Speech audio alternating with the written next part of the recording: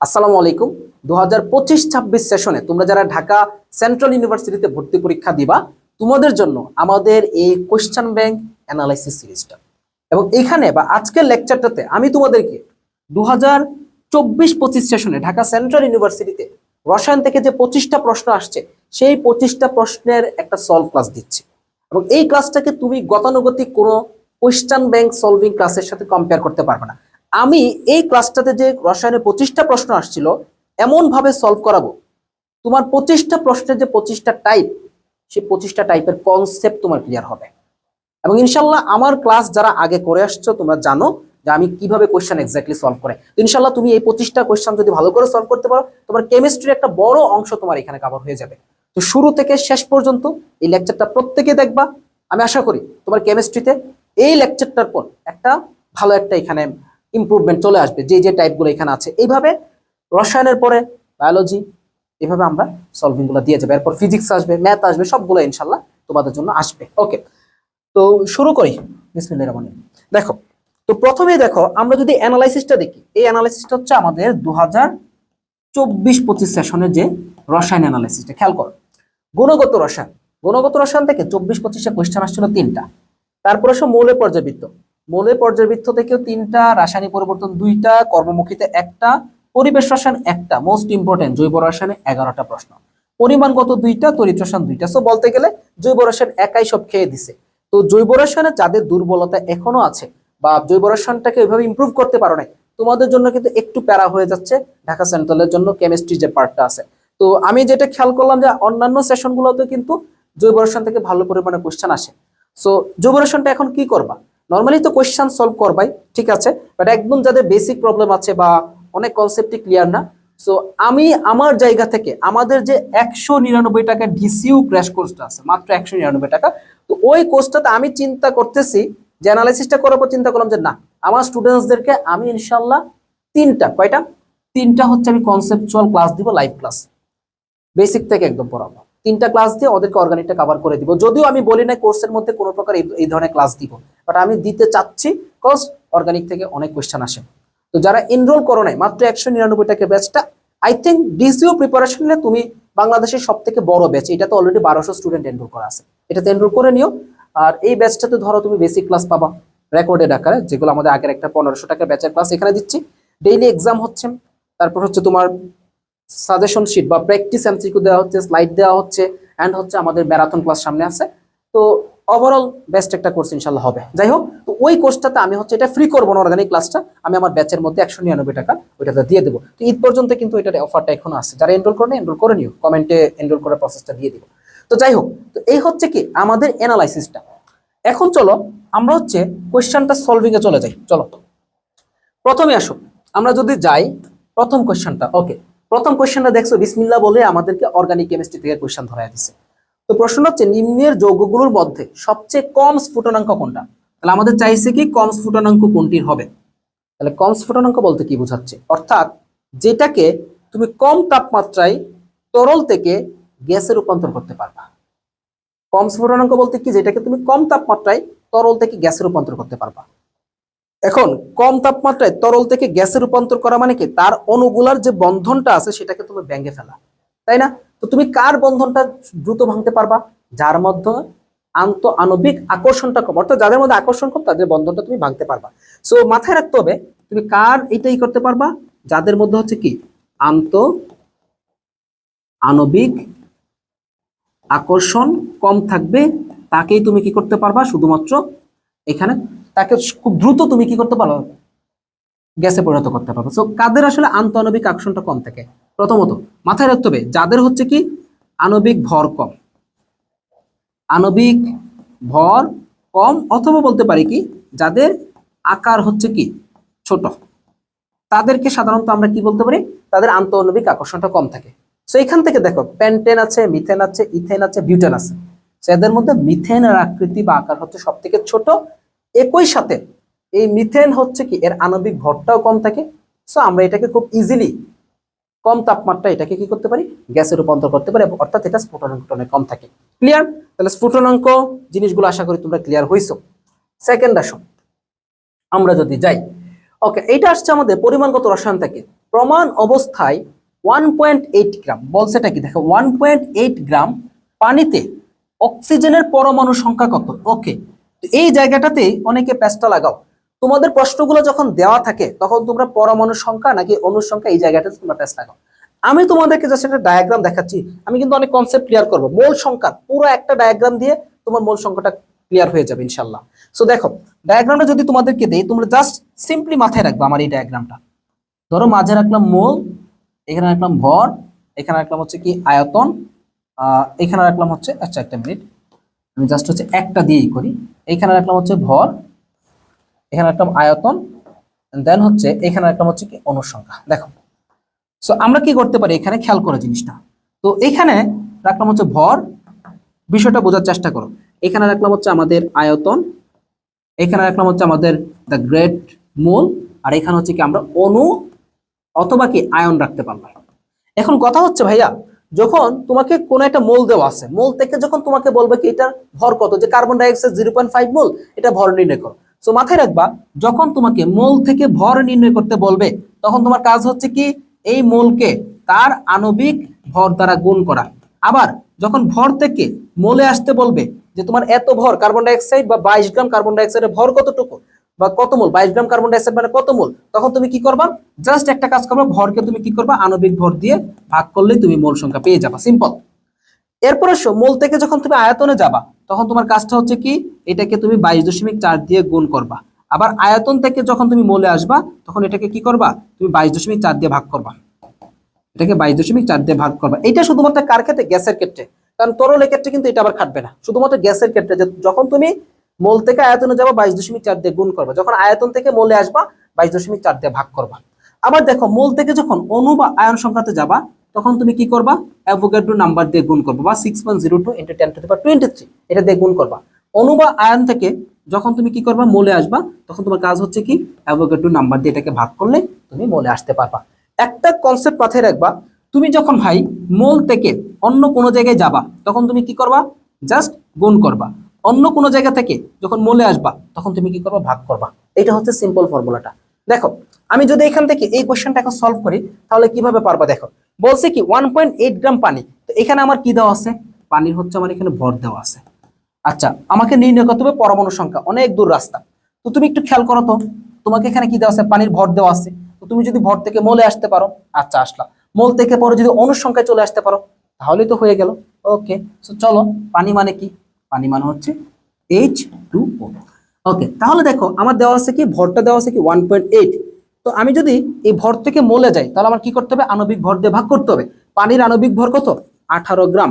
ওকে এইখানে যেটা পাবো, এইখানে যেটা পাবো সেটা হচ্ছে কি তার মোল সংখ্যা, সেটা কি তার মোল সংখ্যা। সো আমরা বলতে পারি যে এখানে ধরো tan−1 আসবে মূলত। ওকে আচ্ছা এরপরে এই মোল সংখ্যা থেকে আমাদের এখন কোথায় যেতে হবে, অণু বা আয়ন সংখ্যায়। তাহলে অণু বা আয়ন সংখ্যা যদি আমরা যাই তাহলে আমাদের কি করতে হবে, tan−1 ইন্টু অ্যাভোগাড্রো নাম্বার, এটা দিয়ে গুণ করতে হবে।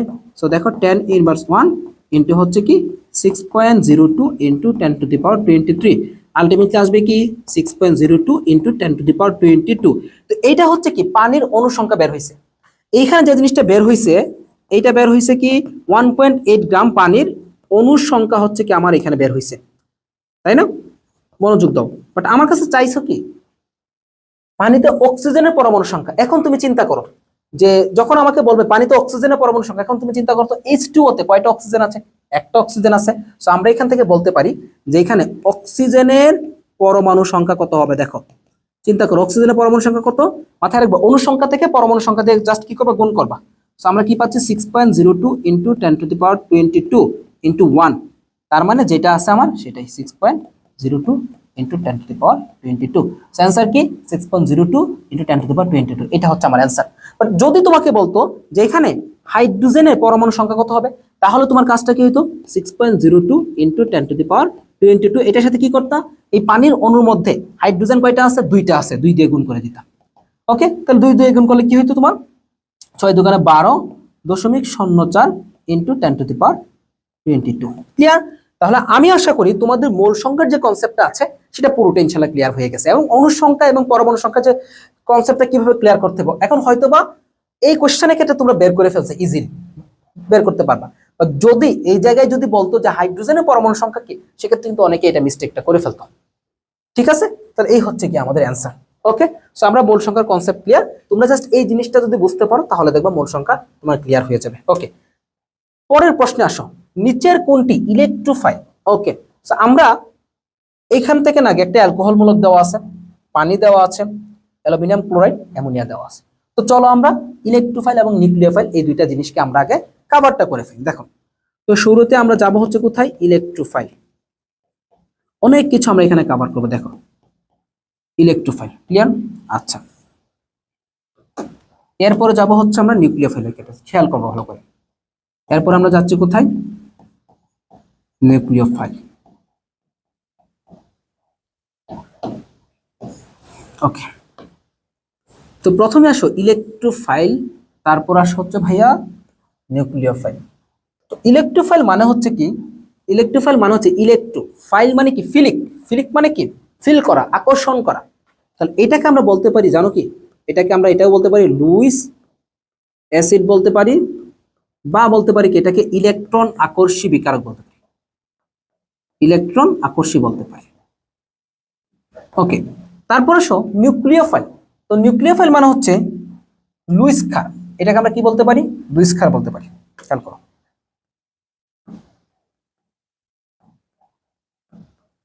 লুইস ক্ষার, অথবা বলতে পারি কি কেন্দ্রাকর্ষী, কেন্দ্রাকর্ষী। ক্লিয়ার। এখন এগুলাকে কিভাবে চিনবা, ধরো মনে রাখবা ইলেকট্রোফাইলের ক্ষেত্রে অলওয়েজ কি অষ্টক অপূর্ণ থাকবে। এখানে কি থাকে, অষ্টক অপূর্ণ বা হচ্ছে কি অষ্টক সংকোচন ঘটে, এখানে অলওয়েজ অষ্টক সংকোচন ঘটে। এখন তুমি অষ্টক সংকোচন দিয়েও বের করতে পারবা, তুমি চাইলে হচ্ছে কি শর্ট ট্রিক্স এর মাধ্যমে বের করতে পারবা। আমি আপাতত তোমাদেরকে আগে শর্ট ট্রিক্সটা দেখাই। শর্ট ট্রিক্সটা হচ্ছে, তুমি যেখানে দেখবে কি F3 আছে, যেখানে দেখবা Cl3 আছে, যেখানে দেখবে কি Cl2 আছে, যেখানে দেখবে হচ্ছে কি O3 আছে, এগুলা হচ্ছে কি সব ইলেকট্রোফাইল। F3 বলতে কি, যেমন আমি বলতে পারছি কি BF3, Cl3 বলতে কি, বলতে পারছি কি FeCl3, আমি বলতে পারি হচ্ছে কি অ্যালুমিনিয়াম ক্লোরাইড বলতে পারি, খুব ইম্পর্টেন্ট একটা জিনিস। Cl2 বলতে আমরা বলতে পারি কি জিঙ্ক ক্লোরাইড বলতে পারি, আমরা বেরিলিয়াম ক্লোরাইড বলতে পারি, এগুলো হচ্ছে কি Cl2। O3 বলতে আমরা বলতে পারি কি সালফার ট্রাইঅক্সাইড। তো এই জিনিসগুলা, এইগুলাকে বলতেছে হচ্ছে কি প্রশম, এদের মধ্যে কোনো চার্জ আছে চার্জ নাই, এদেরকে বলা হচ্ছে প্রশম ইলেকট্রোফাইল, সংক্ষেপে লিখলাম প্রশম ইলেকট্রোফাইল। আরেকটা পার্ট আছে, সেটাকে বলা হচ্ছে কি ধনাত্মক ইলেকট্রোফাইল। সো ধনাত্মক বলতে কি সকল পজিটিভ আয়ন, মাথায় রাখবা সকল পজিটিভ আয়ন, এরা হচ্ছে কি ধনাত্মক। তাহলে সকল পজিটিভ আয়নকে আমরা বলতে পারি কি ধনাত্মক ইলেকট্রোফাইল বলতে পারি। ক্লিয়ার। সো এই গেল হচ্ছে কি আমাদের ইলেকট্রোফাইলের ধারণা চলে গেছে আমাদের, এই গেল হচ্ছে আমাদের ইলেকট্রোফাইলের ধারণা। ওকে, নেক্সট আসা হচ্ছে ভাইয়া আমাদের নিউক্লিওফাইল বা লুইস ক্ষার অথবা কি কেন্দ্রাকর্ষী। ওকে, সো নিউক্লিওফাইলটা কিভাবে মনে রাখবা, তোমরা যেখানে মনে রাখবা, আমার ট্রিক্সটা জাস্ট মনে রাখো, যেখানে তোমরা H2 দেখবা, যেখানে তোমরা H3 দেখবা, সেখানে মাথায় রাখবা নিউক্লিওফাইলটা আছে। কি H2H3 দেখবা, সেখানে নিউক্লিওফাইল আছে। তাহলে H2 বলতে কি, যেমন আমরা বলতে পারি কি H2O, H3 বলতে যেমন বলতে পারি আমরা PH3 ফসফোনিয়া, আমরা বলতে পারি কি NH3 অ্যামোনিয়া। সো এদেরকে আমরা বলতেছি হচ্ছে গিয়ে প্রশম নিউক্লিওফাইল, এদেরকে বলতে পারি কি প্রশম নিউক্লিওফাইল, সংক্ষেপে লিখলাম। আর সকল নেগেটিভ আয়ন, মাথায় রাখবা সকল নেগেটিভ আয়ন, সকল নেগেটিভ আয়ন এদেরকে বলতেছি কি আমরা ঋণাত্মক নিউক্লিওফাইল, ঋণাত্মক নিউক্লিওফাইল। ক্লিয়ার।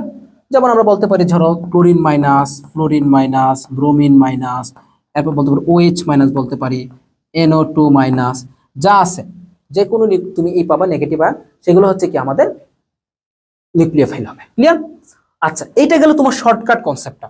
এখন যদি তোমাকে অষ্টক সংকোচনের মাধ্যমে শেখায়, তাহলে তোমার অষ্টক সংকোচন সম্প্রসারণ সেই কনসেপ্টটা ক্লিয়ার হয়ে যাবে। তাহলে আমি যে বললাম যারা আসলে অষ্টক সংকোচন ঘটে, অর্থাৎ অষ্টক পূর্ণ হয় না, তাদের ক্ষেত্রে কি ঘটে, তারা হচ্ছে তোমার ইলেকট্রনকে আকর্ষণ করে অষ্টক পূর্ণ করার জন্য, অর্থাৎ সে তার কি অলরেডি অষ্টক সংকোচন আছে, অর্থাৎ 8টা যেখানে থাকার কথা, মানে সর্বশেষ শক্তি স্তরে যেখানে 8টি ইলেকট্রন থাকার কথা সেখানে 8টা নাই, ধরো 6টা আছে, তখন সে কি চাইবে, আমি আরো 2টা আনবো, আনতে চাইবে, এই যে টানবে, তখন কি ইলেকট্রন আকর্ষণ করে, এই জন্য এরা অষ্টক সংকোচন ঘটে। অর্থাৎ আমরা কিভাবে বুঝবো, ধরো আমরা জানি হচ্ছে কি অষ্টক পূর্ণতা। ভাই আমি অনেক কনসেপ্ট শিখিয়ে দিচ্ছি তোমাদেরকে যাতে ক্লিয়ার হয়ে যাও।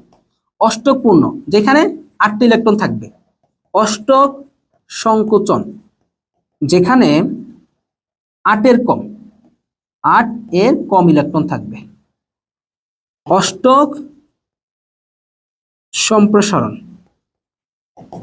যেখানে হচ্ছে কি 8 এর বেশি ইলেকট্রন থাকবে। এখন আসো অষ্টক বা সর্বশেষ শক্তি স্তরে ইলেকট্রন কয়টা আছে সেটা আমরা কিভাবে নির্ণয় করব। সেটা নির্ণয় করার জন্য আমাদের হচ্ছে একটা শর্ট ট্রিক্স আছে। শর্ট ট্রিক্স বলতে কি আমার একটা ফর্মুলা আছে, সেটা হচ্ছে ধরো ইলেকট্রন সংখ্যা আমরা যখন নির্ণয় করতে যাব তখন আমাদের কাজটা হচ্ছে কি কেন্দ্রীয় মৌলের সর্বশেষ কক্ষপথ ইলেকট্রন সংখ্যা। আমাদের সূত্রটা কি মনে রাখবা যে কেন্দ্রীয় মৌলের সর্বশেষ কক্ষপথের ইলেকট্রন সংখ্যা, ওকে, প্লাস অপর মৌলের যোজনী, প্লাস হচ্ছে অপর মৌলের যোজনী ইনটু ওই মৌলের অণুতে পরমাণু সংখ্যা, ইনটু অণুতে পরমাণু সংখ্যা প্লাস হচ্ছে চার্জ। ঠিক আছে, এখন এইটা হচ্ছে ফর্মুলাটা। সাপোজ আমি যদি তোমাদেরকে বলি যে ভাই বলো তো অ্যালুমিনিয়াম ক্লোরাইডের ক্ষেত্রে তোমার এখানে কি ঘটতেছে, অষ্টক সংকোচন নাকি হচ্ছে অষ্টক সম্প্রসারণ করতেছে, তুমি কি অ্যান্সার করবা, বা অষ্টক পূর্ণতা কিনা। সো এখন এখানে কেন্দ্রীয় মৌল কোনটা, বামে যেটা সিঙ্গেল আছে অ্যালুমিনিয়াম হচ্ছে কেন্দ্রীয়। সো দেখো এখানে যদি আমরা ইলেকট্রনটা বা সর্বশেষ কক্ষপথের ইলেকট্রন সংখ্যাটা নির্ণয় করি, সেক্ষেত্রে দেখো আমার কি আসবে, ইলেকট্রন ইকুয়াল আসবে হচ্ছে, একটু খেয়াল করো, অ্যালুমিনিয়াম এই কেন্দ্রীয় মৌলের সর্বশেষ কক্ষপথ ইলেকট্রন সংখ্যা কি 283, তাহলে 3টা আসতেছে, প্লাস ক্লোরিন, ক্লোরিনের যোজনী কত 1, অণুতে পরমাণু কয়টা 3টা, কোনো চার্জ আছে চার্জ নাই, তার মানে কি 6টা আসছে। অর্থাৎ এটাতে আমরা কি বলতেছি, এটা হচ্ছে কি অষ্টক সংকোচন ঘটতেছে। তাহলে ভাইয়া কি বলছিল, যেখানে অষ্টক সংকোচন ঘটবে সেটা হচ্ছে কি ইলেকট্রোফাইল। যেমন ধরো আমরা যদি আরেকটা এক্সাম্পলের দিকে চলে যাই তাহলে আমরা আরো ভালো করে ক্লিয়ার হতে পারবো। যেমন ধরো আমরা যদি বলি হচ্ছে কি জিঙ্ক ক্লোরাইড, আমরা কি বললাম এখানে সাপোজ হচ্ছে ধরলাম হচ্ছে কি জিঙ্ক ক্লোরাইড একটা চিন্তা করলাম। তো জিঙ্ক ক্লোরাইড যদি চিন্তা করি ধরো, তাহলে এখানে ইলেকট্রন কয়টা আসবে, দেখো জিঙ্কের সর্বশেষ কক্ষপথেরই কয়টা, দেখো জিঙ্কের সর্বশেষ কক্ষপথ কয়টা আছে বলো, 288, কয়টা গেল 8, তারপর কি 18 গেল। আচ্ছা জিঙ্কের সর্বশেষ কক্ষপথ কয়টা আছে, দেখো জিঙ্ক যদি চিন্তা করি 1s2, আমরা যদি আর্গন পর্যন্ত ই করি, আর্গন দেওয়ার পর কি আসতেছে আমার 4s2, তারপর কি 3d10, অর্থাৎ সর্বশেষ কক্ষপথে 2টা ইলেকট্রন আছে, তাহলে দিলাম 2, প্লাস ক্লোরিনের কয়টা আছে খেয়াল করো, ক্লোরিনের হচ্ছে আমাদের এখানে যোজনী কত 1, অণুতে পরমাণু কয়টা 2টা, চার্জ আছে চার্জ আছে, তার মানে কি 4, এটাও তো কি করছে সংকোচন করছে, তার মানে কি এগুলো হচ্ছে তোমার ইলেকট্রোফাইল। এখন আসো আমরা যদি চিন্তা করি যে নিউক্লিওফাইলের ক্ষেত্রে, তো ভাইয়া বলছে যে এখানে ধরো ভাইয়া কি বলছে যে তোমাদেরকে ধরো না অ্যামোনিয়া বলছে হচ্ছে কি একটা নিউক্লিওফাইল। তো অ্যামোনিয়া যদি নিউক্লিওফাইল হইতে চায় তার মানে কি তার অষ্টক সংকোচন হওয়া যাবে না। তো আমরা যদি চিন্তা করি যে এখানে অ্যামোনিয়া এটার কথা যদি চিন্তা করি, তাহলে আমরা কি পাবো, কেন্দ্রীয় মৌলের যোজনী কত, সরি কেন্দ্রীয় মৌলের সর্বশেষ কক্ষপথ ইলেকট্রন কয়টা আছে, নাইট্রোজেন 2, 2 এর পর কি 5, মানে কি 5টি ইলেকট্রন আছে, প্লাস হাইড্রোজেনের যোজনী কত 1, হাইড্রোজেন কয়টা 3টা, কোনো চার্জ আছে চার্জ নাই, তার মানে কি 8, এটা কি অষ্টক পূর্ণ হয়েছে। সো আমাদের একটা কথাই ছিল, যদি অষ্টক সংকোচন ঘটে তাহলে হচ্ছে এটা তোমার ইলেকট্রোফাইল, আর না ঘটলে এটা কি নিউক্লিওফাইল হবে। সো আমি তোমাকে ইলেকট্রোফাইল নিউক্লিওফাইল এমন একটা কনসেপ্ট শিখাইছি, আমার মনে হয় না যে এখান থেকে কোশ্চেন আসলে আমার কোনো স্টুডেন্টরা কখনোই তোমরা এইগুলোকে মিস্টেক করবে, ইনশাআল্লাহ কখনোই করবে না। সো যাই হোক, আমাদের যে প্রশ্নের আনসারটা ছিল সেটাতে চলে যায়, কোনটি ইলেকট্রোফাইল শর্টকাটে বের করে ফেলবা ভাই, এখানে Cl3 আছে, এক ধাক্কাতে আনসার, সোজা হিসাব, এত কাহিনী করা টাইম আছে। তবে আমি তোমাদেরকে এখানে জাস্ট কেন পড়াইলাম এটা, যাতে তোমাদের অষ্টক পূর্ণতা কোনটা, অষ্টক সংকোচন কোনটা, অষ্টক সম্প্রসারণ, সেটা যেন তোমরা হিসাবটা করতে পারো।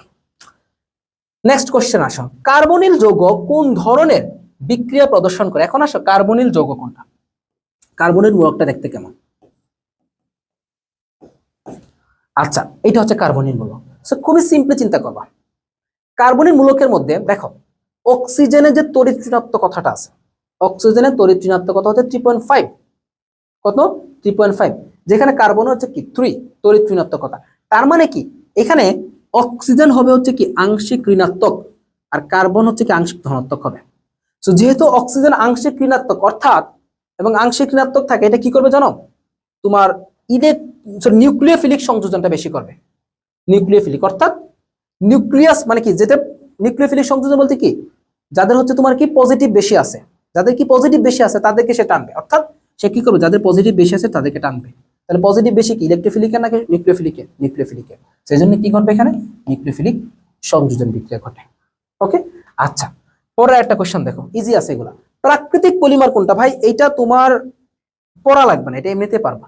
তুমি চিন্তা করো নাইলন, এখানে কি নাইলন হবে, নাইলন, তারপর কি PVC, polyvinyl chloride, starch, polythene, প্রত্যেকটাই হচ্ছে কি এখানে কৃত্রিম, শুধুমাত্র কি স্টার্চ বা শ্বেতসার এগুলা কি আমাদের প্রাকৃতিক পলিমার হয়। স্টার্চ, শ্বেতসার এগুলা কি প্রাকৃতিক পলিমার। ওকে, এগুলো আমরা জানি সবাই।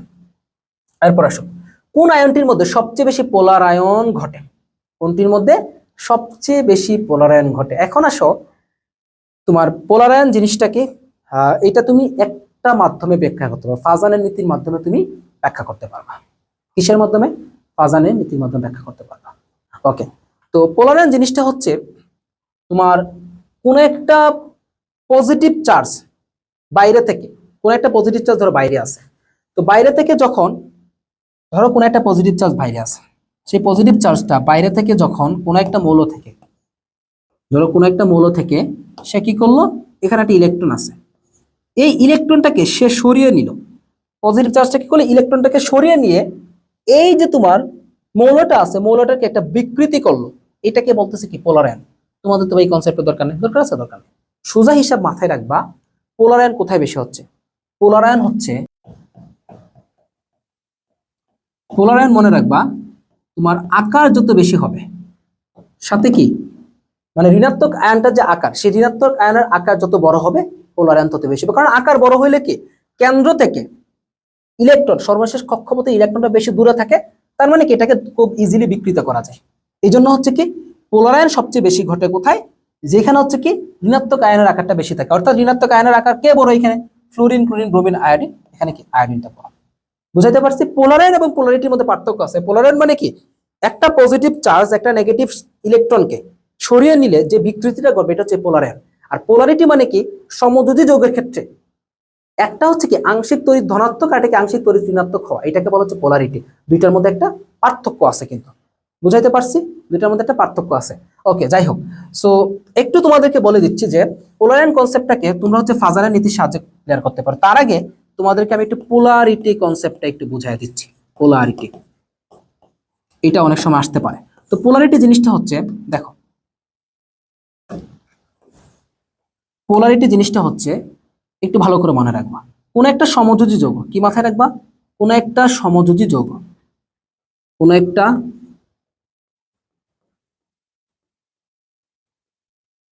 সমযোজী যৌগ আংশিক তড়িৎ ধনাত্মক ও তড়িৎ ঋণাত্মক হবে।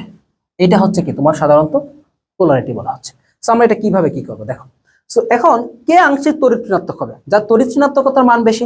সো আমরা একটু মনে রাখবো তড়িৎ ঋণাত্মকতা মান, অর্থাৎ কি ইলেকট্রোনেগেটিভিটি। ইলেকট্রোনেগেটিভিটি কিভাবে আমরা কাউন্ট করবো দেখো, মনে রাখবা লিথিয়াম থেকে আমরা শুরু করি, লিথিয়াম, বেরিলিয়াম, বোরন, তারপর হচ্ছে তোমার কি কার্বন, নাইট্রোজেন, অক্সিজেন, ফ্লোরিন। সব থেকে তড়িৎ ঋণাত্মক বেশি হচ্ছে কি জানো, ফ্লোরিনের 4, অক্সিজেনের 3.5, যত বামে আসবে 0.5 করে কমবে। নাইট্রোজেন 3, কার্বন 2.5, বোরন কত 2, বেরিলিয়াম হচ্ছে কি 1.5, লিথিয়াম হচ্ছে 1, হাইড্রোজেন কত 2.1। ঠিক আছে, মাথায় রাখবা। এরপর ফ্লোরিন, ক্লোরিন আছে, ব্রোমিন আছে, আয়োডিন আছে। তাহলে ফ্লোরিন গেছে 4, ক্লোরিন হচ্ছে তোমার কত এখানে 3.2, ব্রোমিন হচ্ছে তোমার কত 2.9, আয়োডিন হচ্ছে 2.6 এর মতো আসে। এরপর সালফার ধরো চিন্তা করো, সালফারে কি 2.8 এর কাছাকাছি এরকম আসে। এখন যার তড়িৎ ঋণাত্মকতা বেশি সেই হচ্ছে কি তড়িৎ মানে আংশিক ঋণাত্মক হিসেবে থাকে সমযোজী যৌগের ক্ষেত্রে। যেমন ধরো আমরা যদি এখানে এক্সাম্পল হিসেবে দিই যে পানি, তো পানির স্ট্রাকচারটা কিরকম, এই যে অক্সিজেন থাকে, এই যে হাইড্রোজেন থাকে। তো আমরা জানি কি হাইড্রোজেনের তড়িৎ ঋণাত্মকতা 2.1, পানির তড়িৎ ঋণাত্মকতার মান হচ্ছে কত 3.5। তো এই জন্য হচ্ছে কি এটা হচ্ছে কি আংশিক ঋণাত্মক, অর্থাৎ এদের যে শেয়ারকৃত ইলেকট্রনটা থাকে এটা অক্সিজেনের দিকে বেশি টানে, আর মানে শেয়ার করে ঠিক আছে দুইজন, বাট অক্সিজেনের দিকে বেশি থাকে। এই জন্য কি অক্সিজেন আংশিক ঋণাত্মক এবং কি হাইড্রোজেন আংশিক ধনাত্মক হিসেবে থাকে। বুঝছো?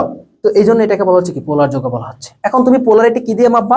মাপার একটা ইয়ে আছে, যখন তুমি দেখবা হচ্ছে কি তড়িৎ ঋণাত্মকতার পার্থক্য যখন যখন হচ্ছে কি 0.5 এর কম, তখন হচ্ছে কি এটা সমযোজী, এটা সমযোজী যৌগ। আর যদি একদমই 0 হয় তখন সেটাকে বলবো বিশুদ্ধ সমযোজী যৌগ। আবার যদি 0.5 থেকে 1.7 পর্যন্ত হয় তখন এটাকে আমরা বলবো কি পোলার যৌগ। কি বলবো? পোলার যৌগ। যখন তোমার 1.7 প্লাস হবে তখন সেটাকে বলি হচ্ছে কি আমরা আয়নিক যৌগ বলতে পারি। ক্লিয়ার? ওকে। যেমন ধরো আমরা যদি পানির ক্ষেত্রে চিন্তা করি, পানির অক্সিজেনের তড়িৎ ঋণাত্মকতার পার্থক্য কত আছে আমরা জানি, বা তড়িৎ ঋণাত্মকতার মান কত? 3.5। হাইড্রোজেনে কত আছে আমার এখানে? 2.1। তো এদের মাইনাস করলে কত আসতেছে? 1.4 আসতেছে। তো 1.4টা কোথায় পড়তেছে? এখানে পড়তেছে। এই জন্য আমরা পানিকে বলি কি পোলার যৌগ। So this is the concept of polarity. যদি কখনো পোলারিটি কনসেপ্ট আসে তোমরা হচ্ছে এটা দিয়ে অ্যান্সার করে আসতে পারবা। আর পোলারিটি কনসেপ্টটা আমি হচ্ছে একটু পরে তোমাদেরকে আমি জাস্ট হচ্ছে ফাজারের নীতির কনসেপ্টের সাথে তোমাদেরকে পড়ায় দিব। তো আশা করি এখানকার জিনিসটা তোমরা বুঝছো যে পোলার আয়ন কি করে আকারের সাথে তুমি করবা। ঋণাত্মক আয়নের আকার যত বড় হবে পোলার আয়ন হচ্ছে কি তত বেশি হবে। আচ্ছা, এরপরে হচ্ছে এই কোয়েশ্চনটা, এটা তড়িৎ রসায়ন চ্যাপ্টার থেকে আসছে যে 27 গ্রাম অ্যালুমিনিয়াম তড়িৎ কোষের ক্যাথোডে জমা করতে কি পরিমাণ বিদ্যুৎ প্রয়োজন? বোঝার চেষ্টা করো। 27 গ্রাম অ্যালুমিনিয়াম তড়িৎ কোষের ক্যাথোডে জমা করতে কি পরিমাণ বিদ্যুৎ প্রয়োজন? একদম চোখ বন্ধ করে একটা কনসেপ্ট আমি তোমাদেরকে শেখাবো, ভাই জাস্ট তুমি একটা লাইন মনে রাখবা তাহলেই হবে। একটা লাইন মনে রাখবা, যে কোনো ধাতুর দেখো এই লাইনটা শুধু মনে রাখবা, তাহলে এইসব কোশ্চেন একদম তুরিত অ্যান্সার করতে পারবা। কোন ধাতুর 1 মোল সঞ্চিত করতে 1 মোল সঞ্চিত করতে তার যোজনীর সমান ফ্যারাডে বিদ্যুৎ লাগে। এই কথাটা মাথায় রাখতে পারবে না? হ্যাঁ, কিচ্ছু বুঝি নাই। সুন্দর করে মনে রাখবা যে কোন একটা ধাতুর 1 মোল সঞ্চিত করতে তার যোজনীর সমান ফ্যারাডে বিদ্যুৎ লাগে। ব্যাপারটা হচ্ছে কি, ধরো আমি যদি চাই এই মুহূর্তে যে আমি হচ্ছে ভাই এখন সঞ্চিত করব কাকে, সাপোজ হচ্ছে আমি এখন সঞ্চিত করবো হচ্ছে, যেমন ধরো আমার ইচ্ছা হইলো যে আমি 1 মোল সোডিয়াম সঞ্চিত করতে চাই, তাহলে আমার বিদ্যুৎ লাগবে কত ফ্যারাডে? 1 ফ্যারাডে। আমি যদি চাই 1 মোল ক্যালসিয়াম সঞ্চিত করতে, তাহলে আমার বিদ্যুৎ লাগবে কত ফ্যারাডে? 2 ফ্যারাডে, কারণ ক্যালসিয়ামের যোজনী 2। আমি যদি চাই 1 মোল কপার সঞ্চিত করতে, তাহলে আমার লাগবে কত? 2 ফ্যারাডে, কারণ ক্যালসিয়ামের যোজনী হচ্ছে কি 2। আমি যদি চাই 1 মোল অ্যালুমিনিয়াম সঞ্চিত করতে, তাহলে আমার বিদ্যুৎ লাগবে কতটুকু? 3 ফ্যারাডে, কারণ অ্যালুমিনিয়ামের যোজনী হচ্ছে 3। ওকে, এখন কোশ্চেনটা কি বলা আছে? 27 গ্রাম অ্যালুমিনিয়াম তড়িৎ কোষের ক্যাথোডে জমা করতে কি পরিমাণ বিদ্যুৎ প্রয়োজন? তো এখন তোমার কথা হচ্ছে কি 27 গ্রাম অ্যালুমিনিয়াম মানে কি? 27 গ্রাম অ্যালুমিনিয়াম মানে কি বোঝাচ্ছে এখানে? 1 মোল অ্যালুমিনিয়াম। ভাই কত মোলে নিও? 1 মোল অ্যালুমিনিয়াম। তাহলে 1 মোল অ্যালুমিনিয়াম তড়িৎ কোষের ক্যাথোডে জমা করতে কি পরিমাণ বিদ্যুৎ লাগবে? কারণ আমরা জানি কি অ্যালুমিনিয়ামের যোজনী 3, তার মানে কি 3 ফ্যারাডে লাগবে। বাট কোশ্চেনটা যদি অন্যভাবে আসতো, অন্যভাবে আসতো যে কেমন, যে তুমি যদি অ্যালুমিনিয়ামে 1 ফ্যারাডে বিদ্যুৎ দিলা, অ্যালুমিনিয়ামে দ্রবণে কি করলা? 1 ফ্যারাডে বিদ্যুৎ দিলে কত গ্রাম অ্যালুমিনিয়াম সঞ্চিত হবে? এইভাবে কিন্তু কোশ্চেনটা আসে। তো সেক্ষেত্রে আমরা সলভিংটা কিভাবে করব? দেখো আমি কতটুকু দিচ্ছি? 1 ফ্যারাডে। এখন প্রথম কথা হচ্ছে ভাইয়া আমরা জানি হচ্ছে কি 1 মোল অ্যালুমিনিয়াম সঞ্চিত করতে আমার 3 ফ্যারাডে বিদ্যুৎ লাগবে। সো আমরা এইভাবে লিখব যে 3 ফ্যারাডে দিলে হচ্ছে আমার কত মোল? 1 মোল, বা আমরা বলতে পারি কি 27 গ্রাম। আমরা জানি অ্যালুমিনিয়ামের আণবিক ভর কত? 27 গ্রাম। তাহলে আমি কত ফ্যারাডে দিব? 1 ফ্যারাডে দিব। তাহলে আমার কত আসবে? তোমার 27 ডিভাইডেড 3 ইকুয়াল কত gram? 9 gram. This is the answer. বুঝছো? তাহলে আমরা এই জিনিসগুলোকে এইভাবে অ্যান্সার করতে পারবো। সো তোমাদের তড়িৎ রসায়ন চ্যাপ্টারের ক্ষেত্রে আমি আরেকটা জিনিস সাজেস্ট করবো, সেটা হচ্ছে এই সূত্রটা দিয়েও মাথায় রাখবা। W equal MIT divided NF, সঞ্চিত পদার্থের পরিমাণ। এইটা থেকে কোশ্চেন আসতে পারে, কিন্তু এটা খুবই ইজি। এটা খুবই ইজি, কিন্তু বিশেষ করে এখানে কিছু জিনিস মাথায় রাখবা, যে যেমন ধরো আণবিক ভরটা অনেক ক্ষেত্রে তোমাদের কি, যেমন M মানে কি আণবিক ভর, কপার দেওয়া থাকলো, কপার আণবিক ভর যদি না জানো 63.5, তখন কি সলভ করতে পারবা না। এরপর কি I মানে কি তড়িৎ প্রবাহ কতটুকু আছে। ওকে, তো এই প্রবাহের মানটা কিন্তু তোমাকে দেওয়া থাকবে। T সময় দেওয়া থাকবে। N মানে কি যোজনী, এটা তুমি এমনিতে পারবা। ফ্যারাডে F এর মান কত? F মানে হচ্ছে কত? 6 96,500। এগুলো একটু মাথায় রেখো। ওকে, সো আমি পরের কোনো একটা লেকচার আমি এই টাইপটা ক্লিয়ার করে দিব তোমাদেরকে ইনশাআল্লাহ। আচ্ছা, নেক্সট কোশ্চেনটা আসো ভাইয়ারা কি বলতেছে দেখো। দুধ একটিকে, এটা কর্মমুখী রসায়ন থেকে আসছে। সো ফার্স্ট অফ অল আসো, দুধ জিনিসটা কি? দুধ হচ্ছে একটা কলয়েড। দুধ হচ্ছে কলয়েড। সো দুধ কি? কলয়েড। কলয়েডের মধ্যে আবার কিছু সাব ব্রাঞ্চ আছে, আবার কিছু ভাগ আছে, যেমন কি ইমালশন। ইমালশন হচ্ছে একটা ভাগ। দুধ হচ্ছে কলয়েডের মধ্যে থাকে ইমালশন।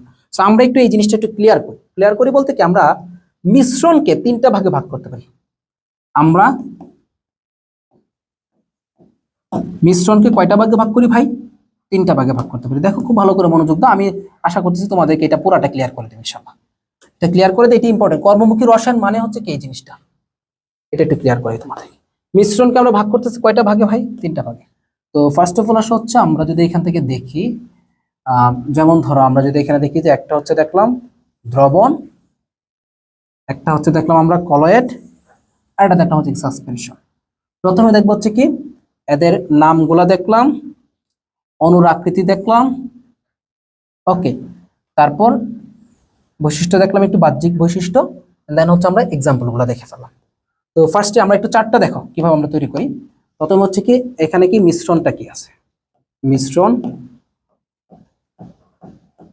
অনুর আকৃতি, তারপর আসা হচ্ছে আমাদের বাহ্যিক যে গঠনগুলো, এবং আসে কি এক্সাম্পল। এক নম্বর আসো কি দ্রবণ। প্রথমে আসো কি, আমরা তিন প্রকার বললাম না, দ্রবণ আছে, এক নম্বর দ্রবণ, দুই নম্বর হচ্ছে কি কলয়েড, তিন নম্বর হচ্ছে কি সাসপেনশন। এই পুরা জিনিসটা আসলেই, এই পুরা জিনিসটা ডিপেন্ড করে আসলে কি এর অনুর আকৃতির উপর। আকৃতি যত বড় হয় তখন কি বৈশিষ্ট্যগুলো চেঞ্জ হয়। যেমন ধরো দ্রবণ হচ্ছে কি, আমরা মাথায় রাখবো হচ্ছে কি 2 ন্যানোমিটার পর্যন্ত। দ্রবণ কতটুকু? 2 ন্যানোমিটার পর্যন্ত। এর যে অণুগুলা থাকে বা কণাগুলা থাকে, এটা 2 ন্যানোমিটার পর্যন্ত আকৃতি হতে পারে। এরপর আসো কলয়েড হচ্ছে কি 2 থেকে 500 ন্যানোমিটার হতে পারে। সাসপেনশনের ক্ষেত্রে 500 এর অধিক ন্যানোমিটার হবে। এর যদি এর অনুর আকৃতিগুলো কি 500 এর অধিক ন্যানোমিটার হয়, তখন আমরা সেটাকে বলবো কি সাসপেনশন। তার বাহ্যিক গঠন আসো দ্রবণটা। দ্রবণটা যেহেতু কণাগুলো অনেক ছোট ছোট, তার মানে কি এটা অনেক স্বচ্ছ হবে, এটা হবে অনেক স্বচ্ছ হবে, এবং কি হবে সমসত্ব হবে, স্বচ্ছ এবং হচ্ছে সমসত্ব। আর বাকি দুইটার ক্ষেত্রে হচ্ছে কি অস্বচ্ছ হবে, অস্বচ্ছ এবং কি অসমসত্ব। সেম কাহিনী করবে এখানে, বুঝছো? অসত্য এবং হচ্ছে কি অসমসত্ব হবে। একটু করে ফেলি, ঠিক আছে, সেম কাহিনী করবে, অস্বচ্ছ অসমসত্ব। কারণ এগুলো হচ্ছে কি অনুগুলো আকৃতি বড়, দ্যাট মিনস হচ্ছে কি তোমার এখানে অনেক ঘোলা দেখা যাবে। এক্সাম্পল আসো দ্রবণের ক্ষেত্রে হচ্ছে কি, যেমন ধরো বলতে পারি আমরা কি সোডিয়াম ক্লোরাইড এর দ্রবণ। পানির মধ্যে যদি তুমি লবণটা মিশাও, পানির মধ্যে কি লবণের কণাগুলো দেখা যাবে, দেখা যাবে মিশ্রিত হয়ে যাবে, এবং একদম স্বচ্ছ পানি কিন্তু দেখা যাবে। কলয়েডের ক্ষেত্রে আসো, যেমন ধরো দুধ, তারপর হচ্ছে কি বাটার, মিল্ক অফ ম্যাগনেসিয়াম, অর্থাৎ কি ম্যাগনেসিয়াম হাইড্রোক্সাইড, এই জিনিসগুলো। তারপর হচ্ছে তোমার ধুলা বা ধোয়া বলতে পারি আমরা, মেঘ, জেলি, এইসব হচ্ছে এখানে পড়ে। সাসপেনশনের ক্ষেত্রে আসো, সাসপেনশন হচ্ছে তোমার কি কলেরা ভ্যাকসিন, কলেরা ভ্যাকসিন, ওকে। তারপর আসো কি পানিতে কাদার মিশ্রণ, পানিতে কাদার মিশ্রণ, এই জিনিসগুলো হচ্ছে সাসপেনশন। ক্লিয়ার? এগুলো হচ্ছে কি তোমাদের সাসপেনশন বলা হচ্ছে। ওকে, একটু পরে আসো, আমরা যদি এখন কলয়েডকে আবার কিছু শ্রেণী বিভাগ করা যায়। কলয়েডের আবার আলাদা কিছু শ্রেণী বিভাগ আছে। দেখো কলয়েড আবার একা না, বুঝছো? কলয়েডের আবার কি আলাদা কিছু শ্রেণী বিভাগ আছে। যেমন ধরো আমরা যদি বলি এখানে কি এক নম্বর হচ্ছে অ্যারোসল। এগুলো ভাই আসে বিদায় আমি তোমাদেরকে ক্লিয়ার করাচ্ছি এখানে। অ্যারোসল, এরোসল দেখো, এরোসল মনে রাখবো হচ্ছে কি যে তোমার এরোসল, এরোসল হচ্ছে তোমার, একটু বলে দিই আমি তোমাদেরকে, মেঘের মেঘ, মেঘ আছে, তারপর হচ্ছে কি ধোঁয়া, মেঘ বলো, মেঘ কি সাদা সাদা না, তোমার ধোঁয়া, এগুলো কি সাদা সাদা, ঠিক আছে। এরপর কি এরোসল, নর্মাল যে এরোসল থাকে মশা মারার জন্য, এগুলো কি দেখতে কি এরোসল না? একদম এরোসল। তো এগুলো হচ্ছে কি তোমার সাধারণত তোমার এরোসল হয়। এরপর আসি কুয়াশা, কুয়াশা হইতে পারে, কুয়াশা। ট্রিক্সটা হচ্ছে কি কুয়াশাতে মেঘের ধোঁয়া ভাসে, এটা দিয়ে তোমরা হচ্ছে এরোসল বলতে পারো। ওকে, এরপর আসে হচ্ছে জেল, 2 নাম্বার। আরেকটা এক্সাম্পল হচ্ছে কি জেল। তো জেল মানে হচ্ছে কি জুতার কালি, মাথায় রাখবা। প্রথম হচ্ছে জুতার কালি, জুতার কালি হচ্ছে কি জেল। ওকে, এটা একটু মাথায় রেখো, জুতার কালিটা মাথায় রেখো। তারপর আসে 4 নাম্বার। 3 নাম্বার ইমালশন, সব থেকে গুরুত্বপূর্ণ। ইমালশন, ইমালশন হচ্ছে কি, যেমন বলতে পারি দুধ, বাটার, শ্যাম্পু, এগুলো হচ্ছে ইমালশন। ওকে, তো এই জিনিসগুলো হচ্ছে কি আমাদের ইমালশন। সো আমাদের এই যে দুধ পড়লাম, এই দুধ হচ্ছে এখান থেকে। ঠিক আছে, তো দুধ নিয়ে পড়লে আমরা অনেক কিছু পড়তে পারি, বাট যেহেতু আমি কোশ্চেন ব্যাংক সলভ ক্লাস নিচ্ছি, দ্যাট মিনস আমি এত কিছু এখানে আমি দেখাইলাম না, পুরো দুধ আমি শেষ করে দিতে পারতাম হয়তো। ওকে, নেক্সট কোন ক্লাসে শেষ করবো ইনশাল্লাহ।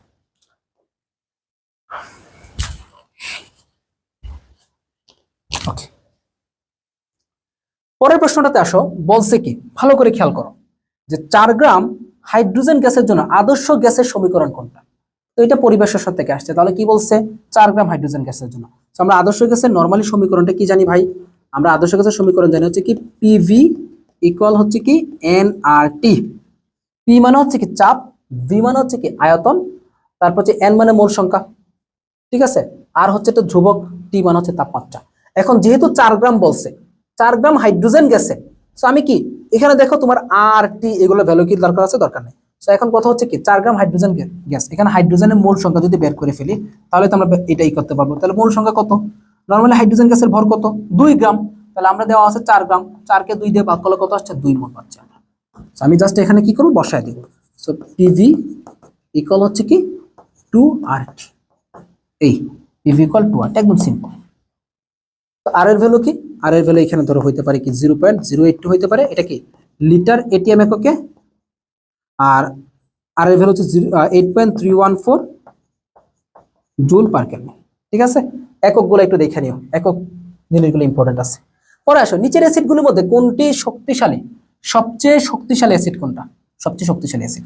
এখন অ্যাসিডের শক্তিমাত্রা আমরা শিখবো, পুরো কনসেপ্টটা জাস্ট ভাইয়া এই একটা কোশ্চেন দিয়ে আমি শিখবো, অ্যাসিডের শক্তিমাত্রা কিভাবে নির্ণয় করবা। অজৈব অ্যাসিডের ক্ষেত্রে আসে প্রথম কনসেপ্ট, যদি কোশ্চেন আসে ভাই অজৈব অ্যাসিড থেকে, অজৈব অ্যাসিড তো বুঝোই তোমরা, অজৈব অ্যাসিডের ক্ষেত্রে কিভাবে শক্তিমাত্রা নির্ণয় করবা ভালো করে শিখো, ভালো করে দেখো।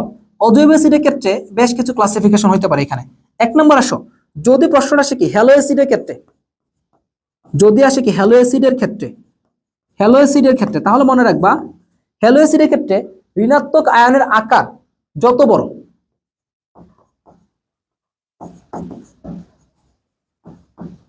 ঋণাত্মক আয়নের আকার যত বড় হবে অ্যাসিড তত কি হবে? শক্তিশালী আসবে। তাহলে হ্যালো অ্যাসিড বলতে ভাই আমরা কি বোঝাচ্ছি? যেমন ধরো আমি যদি এখানে এক্সাম্পল একটা টানি, তাহলে তোমরা ভালো করে বুঝবা। সো সাপোজ আমরা বলতে পারি কি হাইড্রোজেন আয়োডাইড হ্যালো অ্যাসিড, এগুলোতে কোনো অক্সিজেন থাকবে না। Hydrogen bromide, hydrogen chloride, hydrogen fluoride. তাহলে এখানে ঋণাত্মক আয়নের আকার কোনটা বড়? এই যে বড়, এই যে ছোট, আর একটা ছোট, আর একটা ছোট। তো ঋণাত্মক আয়নের আকার যত বড় অ্যাসিডটি তত শক্তিশালী। তার মানে এখানে হবে কি এরকম। ওকে, তো এটা গেল কি হ্যালো অ্যাসিডের ক্ষেত্রে। ওকে, হ্যালো অ্যাসিড আমাদের কাভার। এখন আসো যদি অক্সো অ্যাসিড আসে, অক্সো অ্যাসিড বলতে কি বোঝাচ্ছি? যে অ্যাসিডের ক্ষেত্রে আমাদের কি থাকবে, তোমার অক্সিজেন থাকবে। ওকে, তো অক্সো অ্যাসিডের ক্ষেত্রে প্রথমত যেটা মাথায় রাখবা, কেন্দ্রীয় মৌলের জারণ মান যার বেশি, তাহলে কি মনে রাখবো আমরা? কেন্দ্রীয় মৌলের জারণ মান যার বড়, কেন্দ্রীয়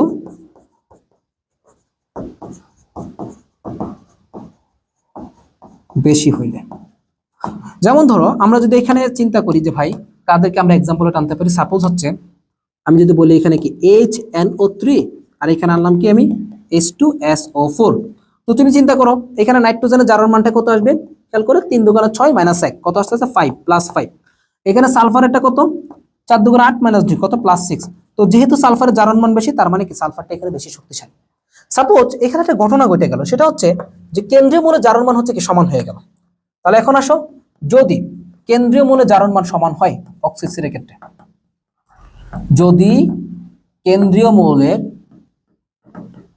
জারণ মান সমান হয়, সেক্ষেত্রে আমরা কি করব? সেক্ষেত্রে কাজটা হচ্ছে আমাদের, যে কেন্দ্রীয় মৌলটার আকার ছোট হবে, সরি কেন্দ্রীয় মৌলের জারণ মান তোমার যদি সমান হয়ে যায়, তখন যে কেন্দ্রীয় মৌলের আকারটা ছোট হবে সেটা হচ্ছে কি শক্তিশালী বেশি। অর্থাৎ আকার ছোট যার, তখন যার আকার ছোট সেই হচ্ছে কি বেশি শক্তিশালী। যেমন ধরো আমরা যদি বলি কি পার ক্লোরিক অ্যাসিড এবং বললাম হচ্ছে কি আমরা পার ব্রোমিক অ্যাসিড বললাম। সো এর মধ্যে দেখো এইটারও কি আছে +7, এইটারও কি জারণ মান +7, বাট আলটিমেটলি দেখো ক্লোরিন কি ব্রোমিনের থেকে ছোট না, যেটা ছোট সেটা হচ্ছে কি শক্তিমাত্রা বেশি। এটা হচ্ছে কি অজৈব অ্যাসিডের ক্ষেত্রে। যদি ভাইয়া জৈব অ্যাসিডের কনসেপ্ট আসে তখন আমরা কি করব, যদি ভাইয়া ধরো যে আমাদের কনসেপ্ট আসে কি জৈব অ্যাসিড, তখন আমরা কি করব, তখন আমাদের কাজটা হচ্ছে মাথায় রাখতে হবে যে জৈব অ্যাসিডের কনসেপ্ট আসলে আমাদের একটু মনে রাখবো যে জৈব অ্যাসিডের ক্ষেত্রে প্রথম কথা হচ্ছে এক নাম্বার কাজ হচ্ছে কি কার্বন সংখ্যা কম দেখতে হবে। কার্বন সংখ্যা যার এখানে কম আছে তারই কি শক্তিমাত্রা বেশি। 2 নাম্বার হ্যালোজেন যেখানে আছে সেখানে কি শক্তিমাত্রা বেশি, হ্যালোজেন যেখানে আছে সেখানে শক্তিমাত্রা বেশি। একদম সিম্পল, একদম সিম্পল। যদি দেখো যে হ্যালোজেন আছে কোথাও সেটা অবভিয়াসলি শক্তি বেশি। যদি দেখো যে সেম টাইপ অফ হ্যালোজেন আছে বা সেম সংখ্যক হ্যালোজেন আছে তখন দেখতে হবে কি তোমার কার্বন সংখ্যা কোথায় কম আছে, সেটাই বেশি শক্তিশালী হবে। ওকে, যাই হোক আমরা অনেক কিছু শিখে ফেললাম। এখন আসো এখানেটাতে, তো এখানে কি বলছে নিচের অ্যাসিড গুলোর মধ্যে শক্তিশালী কোনটা। আমি একটা চোখ বন্ধ করে বলে দিবা তোমরা, পারক্লোরিক অ্যাসিড যেখানে থাকবে সেটা হচ্ছে কি সবথেকে শক্তিশালী। যেখানে পারক্লোরিক অ্যাসিড পাবো ভাই, যেখানেই পাবা সেটা সবথেকে শক্তিশালী অ্যাসিড, এবং এটা কি সবথেকে শক্তিশালী জারকও হবে। ওকে, নেক্সট কোশ্চেন আসো, দ্রাব্যতার গুণফল থেকে কোশ্চেনটা আসছে। সো A2B3 এর দ্রাব্যতা S হলে দ্রাব্যতার গুণফল কি হবে। সো আমরা জানি কি দ্রাব্যতার গুণফল KSP ইকুয়াল হচ্ছে কি x এর উপর পাওয়ার x ইনটু y এর উপর পাওয়ার y ইনটু তোমার s to the power x plus y। So ব্যাপারটা হচ্ছে কি যেমন a এর সাথে কি এখানে 2 আছে, 2 এর উপর পাওয়ার 2 ইনটু b এর সাথে 3 আছে, 3 এর উপর পাওয়ার 3 into s to the power 2 plus 3। So এখানে কত আসবে 4 into 27 into s to the power 2 plus 3, ultimately আসবে কত 108 s to the power 5। So এখন 108 s টু দি পাওয়ার 5 যদি তোমাকে দ্রাব্যতা কোশ্চেনে দেওয়া থাকতো তোমার কাজটা ছিল কি জাস্ট দ্রাব্যতা s টাকে বসিয়ে দাও। এই s মানে হচ্ছে কি দ্রাব্যতা, এটাকে বলি কি আমরা সলিউবিলিটি, কি বলি সলিউবিলিটি। ওকে, আর দ্রাব্যতার গুণফল KSP কে বলি আমরা সলিউবিলিটি প্রোডাক্ট। তো তোমাকে সলিউবিলিটি দেওয়া থাকলে তুমি জাস্ট তোমার মতো করে ভাই এখানে s এর জায়গাটার মধ্যে মানটা বসায় দিতে এবং ক্যান্সারটা বের করে ফেলতা, যদি ওইভাবে আসার সম্ভাবনাটা কম। ওকে, সো এখান থেকে আরেকটা কনসেপ্ট একটু শিখিয়ে দিচ্ছি তোমাদেরকে, যে মনে রাখবা যেখানে দ্রাব্যতার গুণফল যদি আসে তোমার কি আমরা মনে রাখবো কি দ্রাব্যতার গুণফল, এটাকে আমরা বলি কি KSP। ওকে, আরেকটা হচ্ছে তোমার কি আয়নিক গুণফল,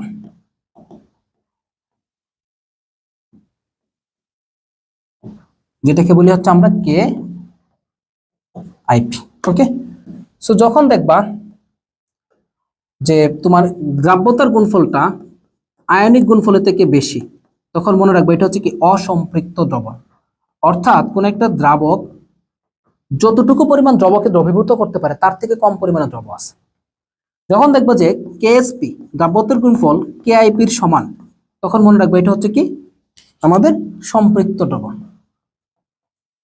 অর্থাৎ কোন একটা দ্রাবক যতটুকু দ্রবকে প্রশমিত করতে পারে ঠিক ততটুকু পরিমাণ দ্রব আছে। অর্থাৎ তুমি খাইতে পারো হচ্ছে 2 প্লেট বিরিয়ানি, তোমার যদি 2 প্লেটে দেওয়া হয় তাহলে সেটা হচ্ছে কি সম্পৃক্ত। এরপরে যদি কোনো কারণে এরকম হয় যে KSP থেকে হচ্ছে কি KIP বড় তখন সেক্ষেত্রে এটাকে আমরা বলবো হচ্ছে কি অতিপৃক্ত, অর্থাৎ অতিরিক্ত হয়ে গেছে। বাকিটা কি করবে বমি করে বের করে দিবে, বমি করে বের করে দিবে মানে কি এখানে বাকিটা অধঃক্ষেপ পড়বে। সেই কনসেপ্টটা মাথায় রেখো, ঠিক আছে। আচ্ছা, পরের দিকে চলো আমরা যাই। নেক্সট, কোনটি হেটারোসাইক্লিক যৌগ, কি বলছে কোনটি হেটারোসাইক্লিক যৌগ। এখন এইটা আসছে কোন জায়গা থেকে আমাদের জৈব যৌগের ক্লাসিফিকেশন থেকে। হোমোসাইক্লিক অর্থাৎ তোমার অ্যারোমেটিক যে হাইড্রোকার্বন গুলো আছে এই অ্যারোমেটিক হাইড্রোকার্বন গুলো কিন্তু সাইক্লিক হয়। এই সাইকেলের মধ্যে যদি কোনোভাবে সালফার অক্সিজেন অথবা কি নাইট্রোজেন প্রবেশ করে ফেলে তখন সেটাকে আমরা বলি কি হেটারোসাইক্লিক। অর্থাৎ সোজা কথা মাথায় রাখবা কার্বন এবং হাইড্রোজেন ব্যতীত আদার্স কোনো মৌল যদি সাইকেলের মধ্যে প্রবেশ করে তখন আমরা সেটাকে বলবো কি হেটারোসাইক্লিক যৌগ। সাপোজ আমরা একটা একটা করে অপশন টেস্ট করতে পারি, নাইট্রোবেনজিন, তো আমরা অপশন এ তে যেটা আছে নাইট্রোবেনজিন আছে এই অপশন এটাকে আমরা টেস্ট করি। তো নাইট্রোবেনজিনকে যদি আমরা আঁকতে যাই তাহলে আমাদের এরকম আসবে, দেখো এটা কি বেনজিনের মূল সাইকেল, মাথায় রাখবো মূল সাইকেলের মধ্যে। তো মূল সাইকেল থেকে পরবর্তীতে আমাদের কি আসতেছে এখানে NO2, বুঝছো।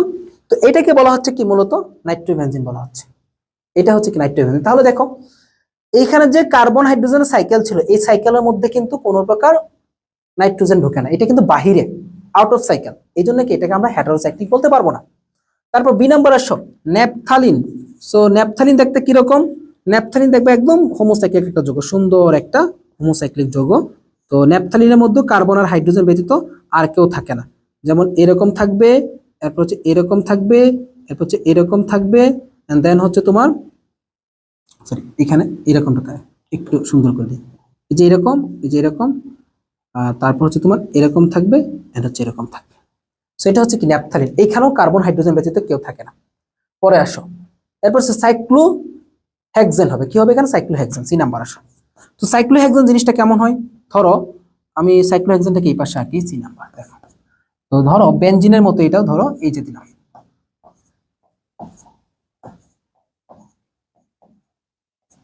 তো এখানে কি করবে দেখো, হাইড্রোজেন হাইড্রোজেন এরকম। তো আরো সহজ ভাষায় দিয়ে দিই একবারে, কেমন হতে পারে? এখানে ধরো CH2, ওকে, একদম সহজে দিই CH2 CH2 H2 H2 H2, ঠিক আছে, এই যে H2, ওকে। তো এখানে আর কিছু কিন্তু বসবে না। বাট ফিউরান দেখো ডি নাম্বার, ফিউরান যেটা আছে, এই ফিউরানটা হচ্ছে এরকম দেখতে, আর হচ্ছে এরকম দেখতে, ঠিক আছে। এই যে দিলাম, এই যে দিলাম, এই যে দিলাম, এটা হচ্ছে কি ফিউরান, ডি নাম্বারটা। সো তুমি দেখো একটাতেও কিন্তু সাইকেলের মধ্যে এক্সটার্নাল কেউ আসে নাই, বাট এই ফিউরানের মধ্যে কিন্তু চলে আসছে। এটা হচ্ছে কি হেটারোসাইকেল। ভাই এত কিছু বুঝাইলাম জাস্ট অপশন টেস্ট করার জন্য, আর তোমার অপশন টেস্ট করা লাগবে না। তুমি জাস্ট মনে রাখবা জৈব যৌগ পড়লে কি মনে হয়? যে উফ ছাতার মাথা কিচ্ছু পারি না। শুধু এটা মনে রাখবা যে উফ ছাতার মাথা কিচ্ছু পারি না, তাই না? এরকম একটা যে মনে হয়। এইটা দিয়ে তুমি হচ্ছে পুরা জিনিসটা মাথায় রাখতে পারবা। দেখো উফ, ওতে হচ্ছে কি অক্সিজেন, এফ তো হচ্ছে কি ফিউরান। এরা সবাই কি হেটারোসাইক্লিক, এরা সবাই হচ্ছে গিয়ে হেটারোসাইক্লিক, বুঝছো? তাহলে দেখো ফিউরানের সাথে কি থাকবে? অক্সিজেন থাকবে। ছাতার মাথা, সাথে হচ্ছে কি সালফার, তাতে হচ্ছে কি থায়োফিন, থায়োফিন। মাথা কিচ্ছু পারি না, ছাতা উফ ছাতার মাথা কিচ্ছু পারি না, পারি না পথে হচ্ছে কি পাইরল, কি পাইরল, বুঝছো? পথে হচ্ছে কি পাইরল। তো পাইরলের ক্ষেত্রে মাথায় রাখবে এখানে কি থাকবে? নাইট্রোজেন হাইড্রোজেন থাকবে। আর একটা মাথায় রাখবা পিরিডিন, পিরিডিনে কি থাকবে? নাইট্রোজেন থাকবে শুধুমাত্র। তো এগুলাই হচ্ছে কি মূলত আমাদের যে তোমার হেটারোসাইক্লিক যৌগগুলো, ঠিক আছে। আমি স্ট্রাকচার আর এখানে না দেখাইলাম, তুমি জাস্ট মনে রাখবে অক্সিজেন থাকলে ফিউরান, থায়োফিন থাকলে সালফার, তারপর পাইরল থাকলে হচ্ছে NH নাইট্রোজেন হাইড্রোজেন, পিরিডিন থাকলে হচ্ছে কি নাইট্রোজেন হবে।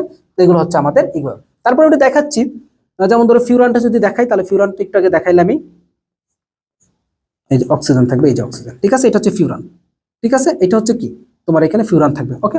তারপর ধরো আমরা যদি এখানে বলি যে থায়োফিন, থায়োফিনটা কেমন থাকবে? এরকম সালফার থাকবে, ঠিক আছে। তারপর সে পাইরলের ক্ষেত্রে পাইরলটা সেম থাকবে এরকম,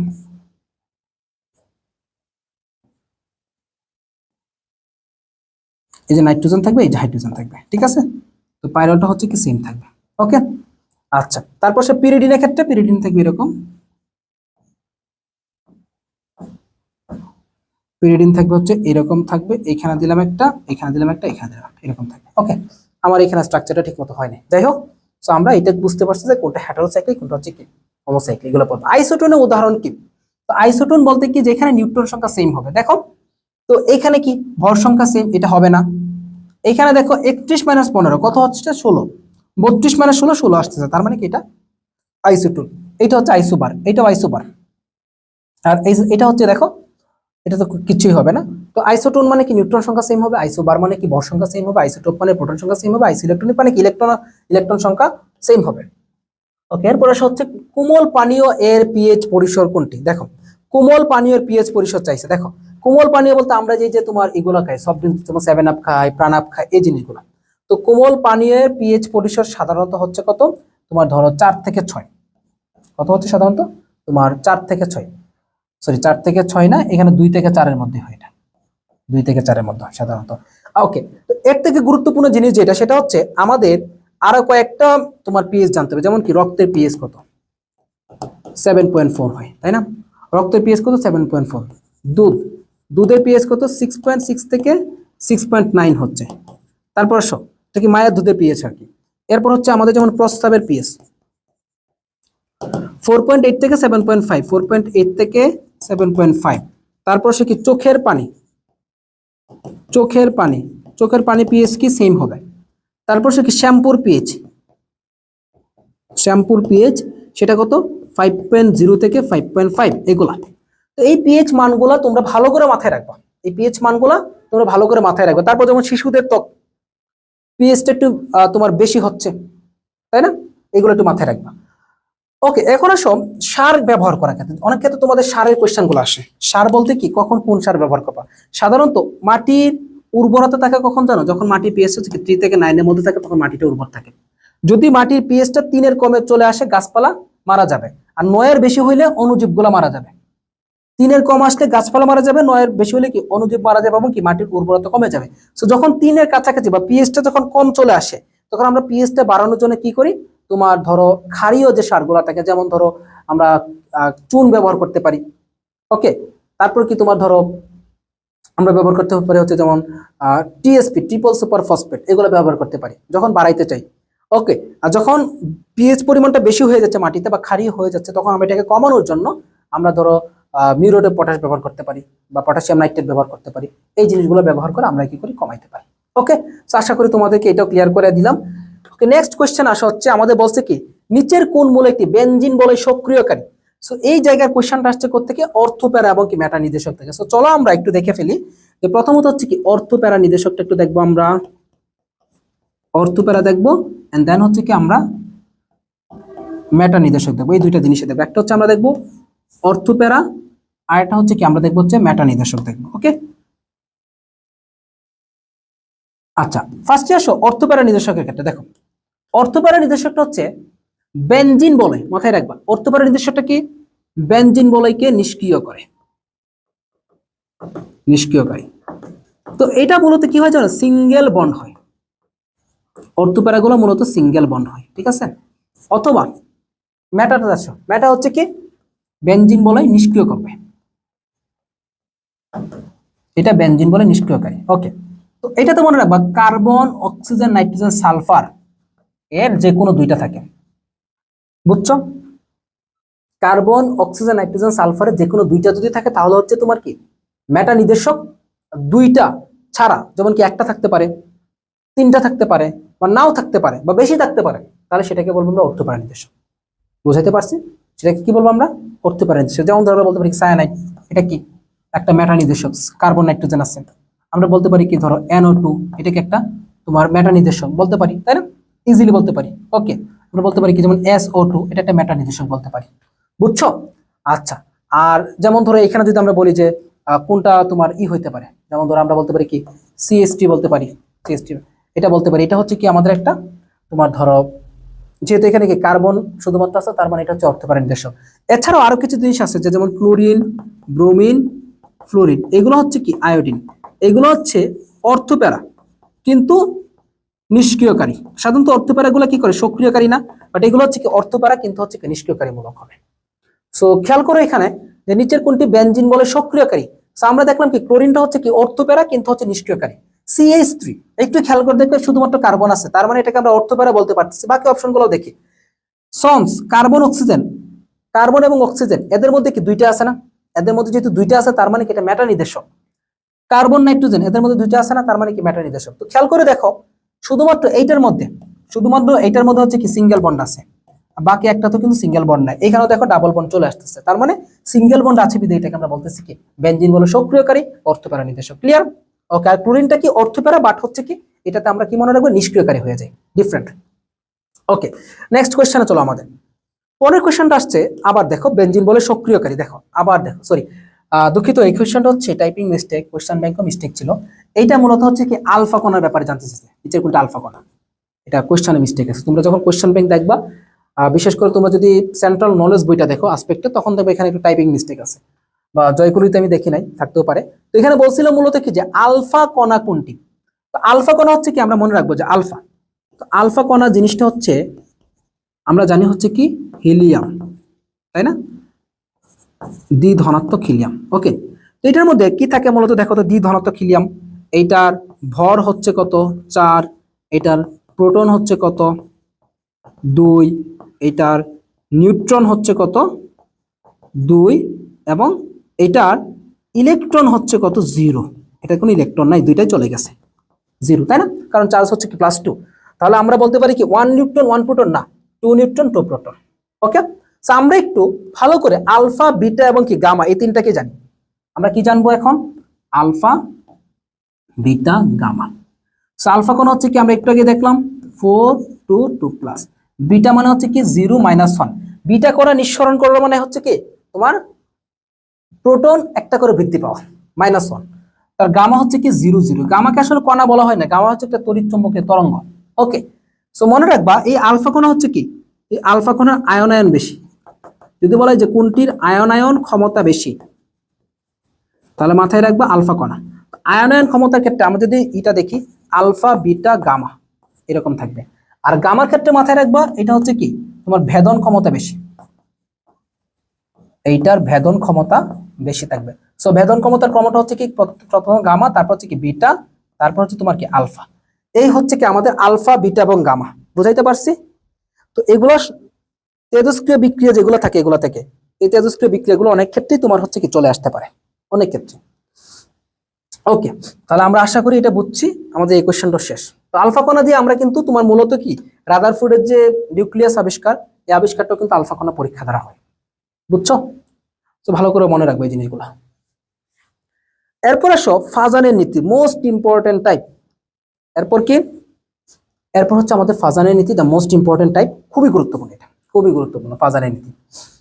যখন বলবে যে নিচের কোনটি অধিক সমযোজী অধিক আয়নিক, এই টাইপের কোশ্চেনের ক্ষেত্রে তোমরা হচ্ছে কি ফাজানের নীতিটা অ্যাপ্লাই করবা। তো ভাইয়া ফাজানের নীতি জিনিসটা কি দেখো, সুন্দর করে বুঝো। আজকে এই ক্লাসের পর ফাজানের নীতি তুমি জীবনেও ভুল করবে না, ফাজানের নীতি। এবং আসবে কোশ্চেন, এখান থেকে আসবে না বলাটা একটা বোকামি হবে। শুরুতে আসো, ফাজানের নীতিটা কার জন্য প্রযোজ্য? আমি যেভাবে পড়াবো তুমি জাস্ট আমার কথাগুলো মাথায় রাখবা, ইনশাল্লাহ তুমি ভুল করবে না কখনো, স্টুডেন্ট পড়াইতে পারবে। তো ফাজানের নীতি হচ্ছে, মনে রাখবা, সাধারণত কোন একটা আয়নিক যৌগের সমযোজী বৈশিষ্ট্যের জন্য। তাহলে ফাজার নীতিটা কার জন্য প্রযোজ্য? কোন একটা আয়নিক যৌগ, যৌগটা কি আয়নিক যৌগের সমযোজী বৈশিষ্ট্যের জন্য। কোন একটা আয়নিক যৌগের সমযোজী বৈশিষ্ট্যের জন্য মূলত হচ্ছে কি ফাজারের নীতিটা আমার প্রযোজ্য। তাহলে কার জন্য? কোন একটা আয়নিক যৌগের সমযোজী বৈশিষ্ট্যের জন্য হচ্ছে আমার ফাজারের নীতিটা লাগে। এটা গেল। ওকে, এখন কথা হচ্ছে আয়নিক যৌগের সমযোজী বৈশিষ্ট্য কোনগুলা? দেখো, তাহলে আমরা যদি দেখি যে আয়নিক যৌগের সমযোজী বৈশিষ্ট্য কোনগুলো আমাকে যদি জিজ্ঞাসা করা হয়, তাহলে আমাকে মাথায় রাখতে হবে যে আয়নিক যৌগের সমযোজী বৈশিষ্ট্য হচ্ছে, যেমন কি আমরা বলতে পারি হচ্ছে পোলার আয়ন, পোলার আয়ন বলতে পারি। আমরা বলতে পারি কি তাপীয় বা তড়িৎ বিয়োজন।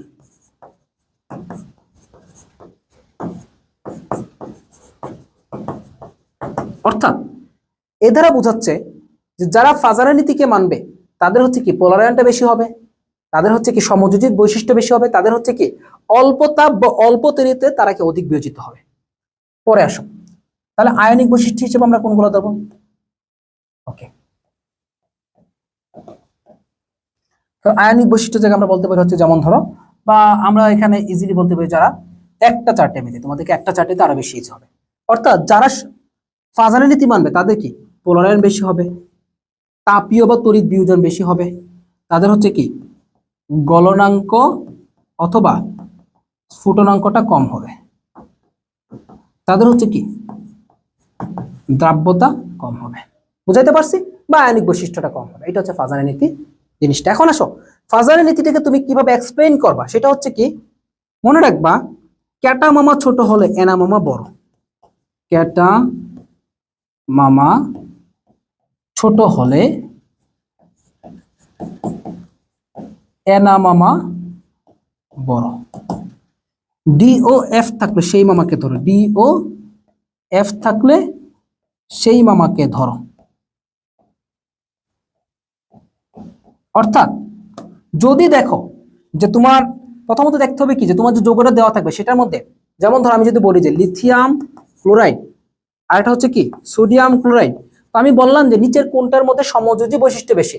তো তোমাকে দেখতে হবে সমযোজী, যেহেতু ফাজারের নীতিটা কি সমযোজী বৈশিষ্ট্যের জন্য তোমাকে দেখতে হবে কি ক্যাটায়ন ছোট কিনা, আচ্ছা, অথবা দেখতে হবে অ্যানায়নটা বড় কিনা। কারণ ফাজারের নীতির ক্ষেত্রে তুমি দেখবে হয় ক্যাটায়ন অথবা অ্যানায়ন, চারটা অপশনই দেখবা সেম থাকবে, যে কোনো একটা সেম থাকবে, হোক ক্যাটায়ন গুলো সেম অথবা অ্যানায়ন গুলো সেম।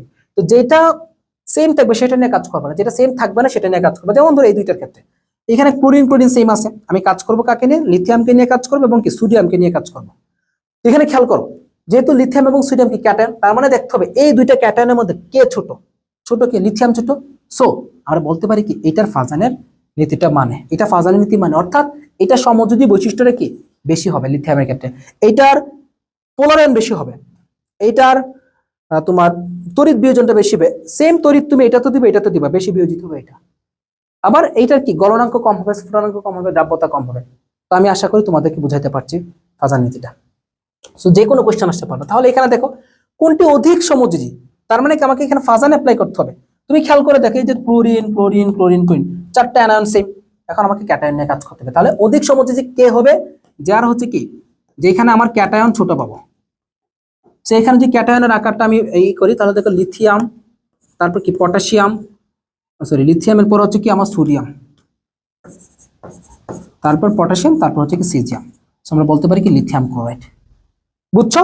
যদি ডি ব্লক থাকতো কেউ, তাহলে ডি ব্লকেরটা থাকবে সেটা অটোমেটিক্যালি অধিক সমযোজী হয়ে যায়। তো আশা করি এই কোশ্চেন বা ফাজানের নীতি পুরাটাই তোমার ক্লিয়ার। আমি বিশ্বাস করি কেউ আর ফাজানের নীতিতে কোনো প্রকার ভুল করবে না, সব পোলারায়ন এগুলো তো ভুল করবে না। নেক্সট আসো, পরের কোশ্চেনে কি বলছে। আচ্ছা, বিউটেন 2 প্রদর্শন করে কি, দেখো বিউটেন 2 কি প্রদর্শন করে, দেখে বিউটেন 2। তো ফার্স্ট অফ অল আসো আলোক সমানতা, জ্যামিতিক সমানতা, কার্যকরীমূলক সমানতা, টটোমরিজম। খেয়াল করো তো বিউটেন 2, তো আমরা বিউটেন 2টাকে একটু আঁকার চেষ্টা করি। কার্বন কয়টা, চারটা থাকবে, একটা দুইটা তিনটা চারটা। বলছে কি 2 নাম্বার কার্বনের সাথে তুমি বাম বা ডান দিক থেকে গুণ হিসাব করো, তুমি 2 নাম্বার কার্বনে কি অ্যালকিন মূলক থাকবে। তো আমরা একটু এই করি CH3, এখানে হচ্ছে কি CH2, এখানে হচ্ছে কি CH2 CH3। আচ্ছা, তো বলছে কি বিউটেন 2 কি প্রদর্শন করবে বলো, বিউটেন 2 কি প্রদর্শন করবে। সো একটু খেয়াল করো তো, এইটাকে যদি আমরা এই করি দিলাম, ওকে, আমরা দিতে পারি হচ্ছে এখানে H2, এখানে দিতে পারি কি আমরা CH3, এখানে দিতে পারি কি H2, এখানে দিতে পারি কি আমরা CH3। এটা হয়ে গেছে কি আমার সিস সমান হয়েছে, এটাকে আমি ট্রান্স সমানও বলতে পারি, অর্থাৎ জ্যামিতিক সমানতা দেখা যাচ্ছে। হ্যাঁ বুঝছো কি দেখা যাচ্ছে এখানে, জ্যামিতিক সমানতা। আলোক সমানতা তো বুঝো যেখানে কি থাকবে কাইরাল কার্বন থাকবে। আলোক সমানতা হইতো যদি এখানে কি থাকতো ভাই কাইরাল কার্বন থাকতো, তখন হয়তো কার্যকারীমূলক সমানতা। কার্যকারীমূলক সমানতা হচ্ছে কি তোমার হচ্ছে কি ধরো কার্যকারীমূলকটা ভিন্ন থাকবে, কি থাকবে কার্যকারীমূলকটা ভিন্ন থাকবে, এটাকে বলা হচ্ছে কি কার্যকারীমূলক সমানতা। যেমন ধরো আমি যদি আমাকে যদি বলা হয় যে কার্যকারীমূলক সমানতা এক্সাম্পল দাও, তখন আমি কি করব, দেখো একটু খেয়াল করো CH3 CH2 যদি বলা হয় OH এইটা, এবং হচ্ছে ধরো CH3 CH3, এই দুইটা হচ্ছে কি পরস্পর কার্যকরীমূলক সমান। তুমি দেখো আণবিক সংখ্যা সেম, দুইটার ক্ষেত্রে হচ্ছে কি আণবিক সংখ্যা হচ্ছে কি C2H6O, দুইটার ক্ষেত্রে সেম। বুঝছো, এদেরকে বলা হচ্ছে কার্যকরীমূলক সমানতা। ওকে, আচ্ছা ওকে, আশা করি তোমাদেরকে এটা বোঝাইতে পারছি। তারপর আসো নেক্সট কোয়েশ্চেন। আচ্ছা, এখন আসো কোনটি মেটা নির্দেশক। তাহলে দেখো মেটা নির্দেশক বলতে আমরা কি বোঝাচ্ছি, OHCl NH2 NO2। দেখো মেটা নির্দেশক বলতে কি সন্স CONS, এই চারটার মধ্যে যে কোনো দুইটা আমার থাকা লাগবে একসাথে। তো দেখো OH থাকবে থাকবে না, কারণ এখানে সিঙ্গেল বন্ড রে ভাই, এই যে দেখো সিঙ্গেল বন্ড এমনি থাকবে না। ক্লোরিন এটাতে এমনি আমরা যেন উঠতে পারা, এখানে দেখো নাই, এখানে থাকবে ঠিক NO2, ঠিক আছে NO2। এটা হচ্ছে কি একটা মেটা নির্দেশক বা বেনজিন বলে নিষ্ক্রিয়কারী নির্দেশক। পরের প্রশ্নতে আসো, বলছে কি তড়িৎ কোষের লবণে সেতুতে নিচে কোনটি ব্যবহার করে। তার মানে তড়িৎ কোষের লবণ সেতুতে আমরা কি ব্যবহার করি, লাবণিক কাল কেন আসনি, লাবণী কাল, কাল মানে কি এই যে পটাশিয়াম ক্লোরাইড, কেন কেন মানে কি পটাশিয়াম নাইট্রেট, আসনি অর্থাৎ এখানে হবে কি সোডিয়াম সালফেট, সোডিয়াম সালফেট এবং কি অ্যামোনিয়াম নাইট্রেট, এই চারটা হচ্ছে কি লবণ সেতুতে ব্যবহার করে, গ্যালভানিক কোষে লবণ সেতুতে ব্যবহার করা হচ্ছে পটাশিয়াম ক্লোরাইড। ঠিক আছে, এখন আসো আমরা যদি বলি যে গ্যালভানিক কোষের ক্ষেত্রে আমরা যদি চিন্তা করি গ্যালভানিক কোষ,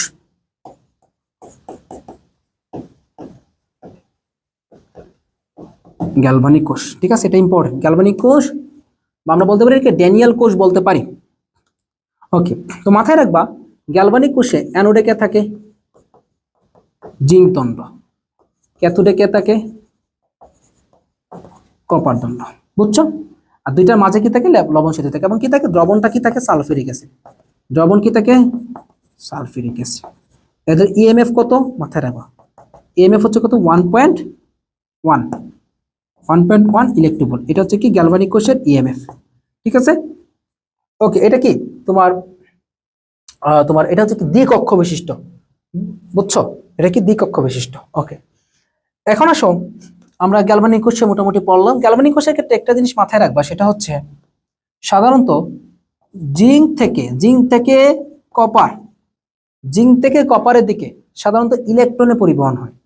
এখান থেকে কি ইলেকট্রন পরিবহন হয়, কপার থেকে জিঙ্কের দিকে হচ্ছে কি বিদ্যুৎ পরিবহন হয় বা তড়িৎ পরিবহন হয়। এই জিনিসগুলো একটু মনে রাখো। সো আমাদের গ্যালভানিক কোষ এটুকু পড়লে হবে, আর ওই দিক থেকে লবণ সেতুটা পড়লো, আমাদের গ্যালভানিক কোষ শেষ। এরপর তোমরা একটু পড়বা গ্যালভানিক কোষের পাশাপাশি হচ্ছে তোমরা কি তড়িৎ বিশ্লেষ্য কোষটা পড়বা। আমি একটু দেখাই দিচ্ছি এখানে, তড়িৎ বিশ্লেষ্য কোষ, অথবা আমরা বলতে পারি কি ড্রাই সেল। তো ড্রাই সেলের ক্ষেত্রে কি পড়বো আমরা? অ্যানোড হিসেবে কে থাকবে? জিঙ্কের দণ্ড থাকবে। তারপর ক্যাথোড হিসেবে কে থাকবে? গ্রাফাইট থাকবে। তারপর ছদন নিবারক হিসেবে কে থাকবে? ছদন নিবারক, ম্যাঙ্গানিজ অক্সাইড। বুঝছো? আচ্ছা, তারপর এখানে কার পেস্ট ব্যবহার করা হবে? পেস্টটা হচ্ছে তোমার মাথায় রাখবা অ্যামোনিয়াম ক্লোরাইড। পেস্ট ব্যবহার করে থাকবো এখানে। ইএমএফ কত এখানে? 1.5 ইলেকট্রন। এটা হচ্ছে কি ইএমএফ হিসেবে থাকবে। সো এই হচ্ছে কি আমাদের ড্রাই সেল। ড্রাই সেল কোথায় ব্যবহার করছে? যেমন কি তোমার টর্চ লাইটের ব্যাটারি, সাইকেলের ব্যাটারি, এগুলোতে ড্রাই সেল ব্যবহার করা হয়। এগুলো হচ্ছে মোটামুটি আমাদের গেল। পরবর্তীতে আসা হচ্ছে আমাদের অ্যামাইডের কার্যকরী মূলক কি। দেখো, আমরা কার্যকরী মূলকগুলো সবগুলোকে দেখি। যেমন ধরো আমরা যদি চিন্তা করি যে ধরো কার্বক্সিলিক অ্যাসিড, যেমন ধরো আমরা বলতে পারি কি কার্বক্সিলিক অ্যাসিড, COOH। তারপর যেমন ধরো বলতে পারি আমরা অ্যাসিড হ্যালাইড,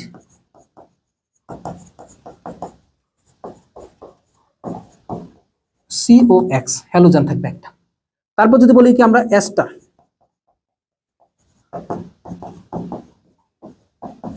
ঠিক আছে, এস্টার গেল। এরপর ধরো আমরা বলতে পারি কি অ্যালকোহল, যেমন এটা হচ্ছে কি অ্যালকোহল OH। এরপর যদি আমরা বলি কি অ্যালডিহাইড, CHO। এরপর যদি বলি হচ্ছে ধরো আমরা থায়োল হচ্ছে কি SH, এই যে SH। ঠিক আছে, এরপর যদি বলি আমরা হচ্ছে কি কিটোন হচ্ছে ধরো যেমন আমরা বলতে পারি কি CO। এরপর বলতে পারি কি আমরা ইথার বলতে পারি, এই যে ওকে। তারপর ধরো আমরা বলতে পারি কি সায়ানো যদি বলি যে সায়ানাইড, ঠিক আছে, বা নাইট্রাইল মূলক। এটা উল্টায় দিলে হচ্ছে আইসোনাইট্রাল কখন হবে? যখন তুমি এটাকে নাইট্রোজেনটাকে দেবে, কার্বনটা পরে দিবে, তখন আইসোনাইট্রাল হয়ে যাবে। এইভাবে আমরা প্রত্যেকটা জিনিসই আমরা বলতে পারি। তাহলে দেখো এরপর যদি আমরা বলি কি অ্যামিন মূলক কোনটা? এই যে NH2। অ্যামাইড মূলক হচ্ছে কি এটা হচ্ছে কি অ্যামাইড মূলক। আর কার্বন এক বন্ধন হচ্ছে তোমার অ্যালকেন, 2 বন্ধন অ্যালকিন, 3 বন্ধন অ্যালকাইন। ক্লিয়ার? ওকে। এরপর আসো স্যান্ডমেয়ার বিক্রিয়ায় প্রধান উৎপাদ।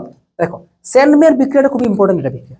এটা হচ্ছে সাধারণত তোমার ডায়াজোনিয়াম যে লবণটা আছে, ডায়াজোনিয়াম লবণ থেকে সাধারণত হচ্ছে কি তোমার বেনজিন ক্লোরাইড তৈরি করবে। যেমন ধরো আমরা যদি এখানে দেখি যে ধরো চিন্তা করো, সাপোজ এখানে একটা ডায়াজোনিয়াম লবণ নিলাম N2Cl, ঠিক আছে। আচ্ছা, তো এখান থেকে তুমি কি তৈরি করবা? এখান থেকে হচ্ছে কি এটা ক্লোরাইড তৈরি করবা। বুঝছো? এটা কি তৈরি করবা? ক্লোরাইড তৈরি করবা। বা এই তুমি এখান থেকে কি তৈরি করতে পারো? এখান থেকে ধরো এটা ফ্লোরাইড তৈরি করতে পারো, বা এটা আলটিমেটলি হ্যালাইড তৈরি করবা আর কি। এটা বুঝছো?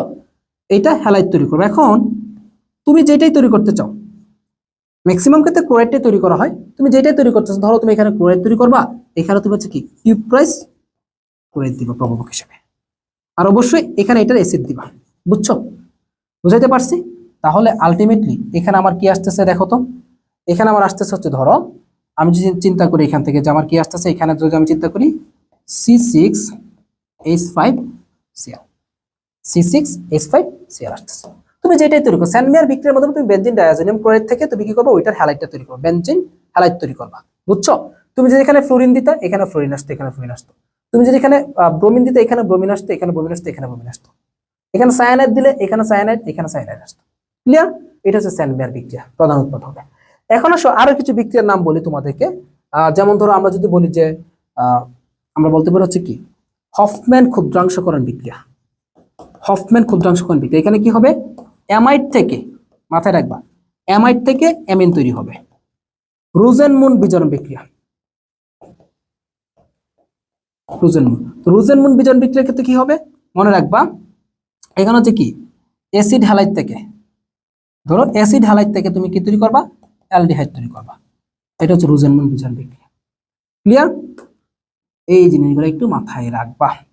এরপর ধর হচ্ছে তোমার হ্যালোফর্ম বিক্রিয়াগুলো মনে রাখবা একটু। হ্যালোফর্ম বিক্রিয়া কারা দেয় কারা দেয় না, হ্যালোফর্ম বিক্রিয়া একটু মাথায় রাখবা। হ্যালোফর্ম বিক্রিয়া, ধরো আমরা যদি ক্লোরোফর্ম ধরি তাহলে কি CaCl3, ব্রোমোফর্ম হচ্ছে কি CHBr3, তারপর কি আয়োডোফর্ম হচ্ছে কি CHI3। এই ফর্মগুলো আছে হ্যালোফর্ম বিক্রিয়া। হ্যালোফর্ম বিক্রিয়া কারা দিবে মাথায় রাখবা, CH3CO মূলক যেখানে আছে তারা হচ্ছে কি হ্যালোফর্ম বিক্রিয়া দিবে। অথবা তুমি যে অ্যালকোহল যদি কোনো হ্যালোফর্ম বিক্রিয়া দেয়, তাহলে 2 নাম্বার কার্বনে যদি অ্যালকোহল মূলকটা থাকে সেক্ষেত্রে তারা হ্যালোফর্ম বিক্রিয়া দিবে। অ্যালকোহল ব্যতীত অন্যদের ক্ষেত্রে যদি CH3CO মানে কি মিথাইল কার্বনিল মূলক থাকে সেক্ষেত্রে হ্যালোফর্ম বিক্রিয়া দিবে। এই জিনিসগুলো একটু মনে রাখা তাহলেই হবে। ওকে, নেক্সট আসছে নিচের কোনটি ইলেকট্রন আসক্তির মান সর্বনিম্ন। তো আমরা জানি কি ইলেকট্রন আসক্তির মানটা নরমালি হচ্ছে কি তোমার, আমরা একটু যদি দেখি পর্যায়বৃত্ত ধর্মগুলো, তাহলে মনে রাখবো বাম থেকে যত ডানে যাবে, বাম থেকে ডানে গেলে ইলেকট্রন আসক্তির মান হচ্ছে কি, বাম থেকে ডানে গেলে ইলেকট্রন আসক্তির মান কি হয়, বৃদ্ধি পায়। আবার উপর থেকে নিচে গেলে ইলেকট্রন আসক্তির মান কি হয়, হ্রাস পায়। বাম থেকে ডানে গেলে ইলেকট্রন আসক্তির মান বৃদ্ধি পায় এবং উপর থেকে নিচে গেলে ইলেকট্রন আসক্তির মান কি হচ্ছে, হ্রাস পাচ্ছে। তো সেক্ষেত্রে খেয়াল করো এখানে ফ্লোরিন আছে, সিলিকন আছে, ক্যালসিয়াম আছে, অক্সিজেন। আমি একটু সাজাও দেই। ফ্লোরিন যদি 17 নম্বর গ্রুপে হয়, সিলিকন দেখো, সিলিকন দেখো ফ্লোরিনের থেকে নিচে আসবে। ওকে, সিলিকন হচ্ছে এখানে। ওকে দিলাম। ক্যালসিয়াম আসো, ক্যালসিয়াম দেখো, ক্যালসিয়াম চলে আসবে একদম এখানে। বুঝছো?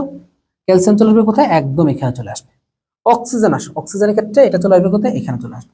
তো আমরা জানি কি যে বাম থেকে ডানে গেলে এটা বৃদ্ধি পায় এবং উপর থেকে নিচে গেলে এটা হ্রাস পাচ্ছে। তার মানে বামে এবং উপরে যারা থাকবে তারাই কি ইলেকট্রন আসক্তির মান বেশি হবে। আর দেখো বাম পাশে যারা থাকবে তাদের কি কম হবে, তাহলে বাম পাশে কি আছে, এরা আছে। আবার নিচে থাকতে হবে, তার মানে কি তার কম হবে, অর্থাৎ ক্যালসিয়াম ইলেকট্রন আসক্তির মান কম। আমরা চলো একবারে সবগুলো পর্যায়ভিত্তিক ধর্ম আমরা একটু দেখে ফেলি। যেমন ধরো প্রথমে যদি আমরা দেখি যে আয়নীকরণ শক্তি,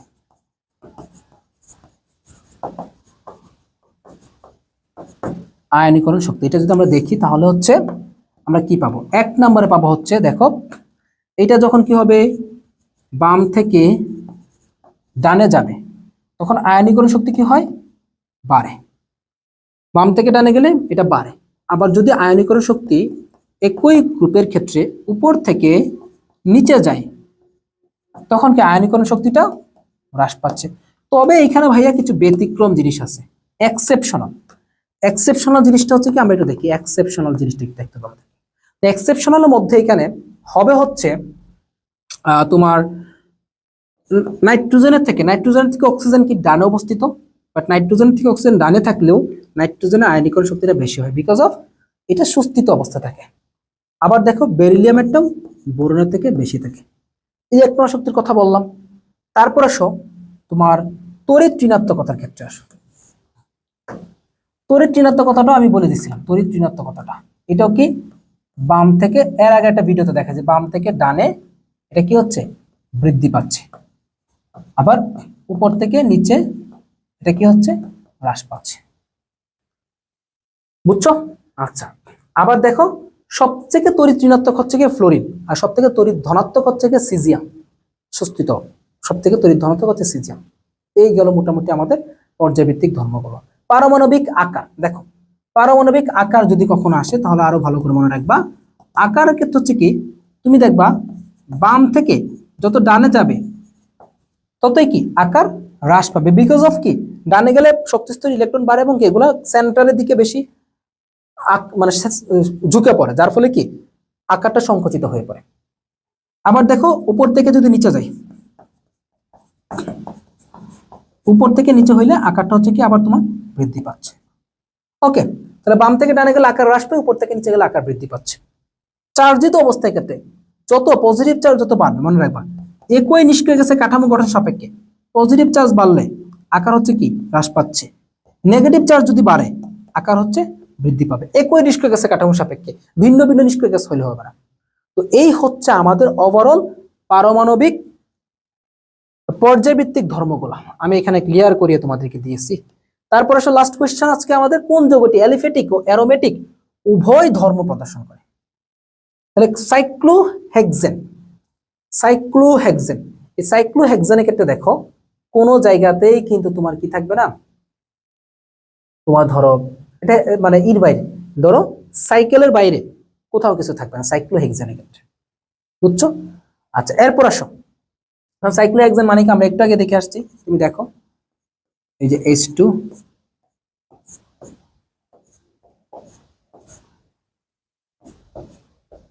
সবগুলোতে H2 থাকবে, সবগুলোতে H2, বুঝছো? এটা হচ্ছে সাইক্লোহেক্সেন, সবগুলোতে সবগুলোতে, ঠিক আছে? এটা হচ্ছে কি সাইক্লোহেক্সেন আমরা বলতে পারি। পর আসো টলুইনের ক্ষেত্রে। সো টলুইনের স্ট্রাকচারটা যদি দেখি আমরা, টলুইন এরকম থাকে না, CH3। তো তুমি চিন্তা করো, বলছে কি অ্যালিফেটিক, তাহলে আমরা এই CH3টাকে কি একটা অ্যালিফেটিক বলতে পারি ধর্ম বাইরে যেহেতু। আবার দেখো এটাকে আমরা কি বলতে পারি, যেহেতু একটা সাইক্লিক বা অ্যারোমেটিক স্ট্রাকচার, তার মানে বলতে পারি এটা অ্যারোমেটিক ধর্ম। সেখানে একমাত্র টলুইনটাই হচ্ছে কি অ্যারোমেটিক এবং অ্যালিফেটিক ধর্মটা এখানে প্রদর্শন করে থাকে। বুঝাতে পারছি? তো এই ছিল হচ্ছে আমাদের ঢাকা সেন্ট্রাল ইউনিভার্সিটি নিয়ে তোমাদের জন্য আমার পক্ষ থেকে যে আমাদের 24-25 সেশনের রসায়নের যতগুলো কোয়েশ্চন ছিল সবগুলো আমি আলহামদুলিল্লাহ তোমাদেরকে সলভ করে দিচ্ছি। তো এগুলা শর্ট ভিডিও থাকবে, ফুল ভিডিও থাকবে, ইনশাল্লাহ তোমরা কমপ্লিট করে ফেলবা। ওকে, সো যেহেতু লাস্ট সময়টাতে চলে আসছো, লাস্ট সময় বলতে গেলে ঈদের পরে দেখতে দেখতে ডিসিউর পরীক্ষাটা চলে আসবে, তো অনেক ক্ষেত্রে হয়তো বা তোমরা এই ডিসিউটাকে ওইভাবে প্রায়োরিটি দিচ্ছ না, বাট ভাই ঠিকই দেখো শরীরে ঘাম পড়তেছে, তারপরে তোমাদের জন্য কাজ করে যাচ্ছি, ভিডিও দিচ্ছি, ক্লাস দিচ্ছি, এক্সাম ব্যাচের এক্সাম মানে ক্র্যাশ কোর্সের এক্সাম নিচ্ছি, সবকিছু চলতেছে। বাট আমি আমার জায়গা থেকে আমি চাই আমি আমার ফুল এফোর্টটা দিয়ে যাব। ধরো আমি জাবির জন্য যেরকম এফোর্ট দিয়ে আসছি, এগ্রির জন্য যতটুকু এফোর্ট দিছি, আমি ধরো গুচ্ছের জন্য যতটুকু এফোর্ট দিছি, আমি রাবির জন্য যতটুকু এফোর্ট দিছি, আমি অন্য যতগুলো ইউনিভার্সিটির জন্য যতটুকু এফোর্ট দিছি, আমি ডিসিওর জন্য সেম এফোর্টটা দিয়ে যাচ্ছি, ইভেন্চুয়ালি একটু বেশি দিচ্ছি। বিকজ অফ আমি চাই আমি কাজ করি কাদের নিয়ে, আমি কাজই করেছি তোমাদের মতো হোচট খাওয়া স্টুডেন্টদের নিয়ে। কারণ আমি অনেকে আমাকে প্রশ্ন করে মাঝে মাঝে, জানো যে ভাইয়া অসমিয়াম কেন এইচএসসি নিয়ে কাজ করে না, বা হচ্ছে অন্যান্য সেগমেন্টে কেন আপনারা কাজ করেন না, ঢাকা ইউনিভার্সিটি নিয়ে কেন কাজ করেন না, বা হচ্ছে আদার সেগমেন্টগুলোতে কেন কাজ করেন না, অন্যান্য টিচার নিয়ে এসে তো কাজ করতে পারে। তো আমার উত্তরটা থাকে কি জানো, একটা সময় আমি এইচএসসি নিয়েও কাজ করছি, সেটা 2023 সালের দিকটাতে, 23-22 এই সময়টাতে। বাট এর পরবর্তীতে আমি আর ওইদিকে যাই নাই। আমার না আমি ঢাকা ইউনিভার্সিটি নিয়ে কাজ করছি কখনো, আমি চাইলেই করতে পারি, টিচার নিয়োগ দিলে আমার এখানে ঢাকা ইউনিভার্সিটি নিয়ে কাজ করার কোনো বিষয় না, বাট যাই না বিকজ অফ আমার একটা ভেতর থেকে একটা টান আসে, অ্যাট্রাকশন চলে আসছে। কাদের জন্য জানো?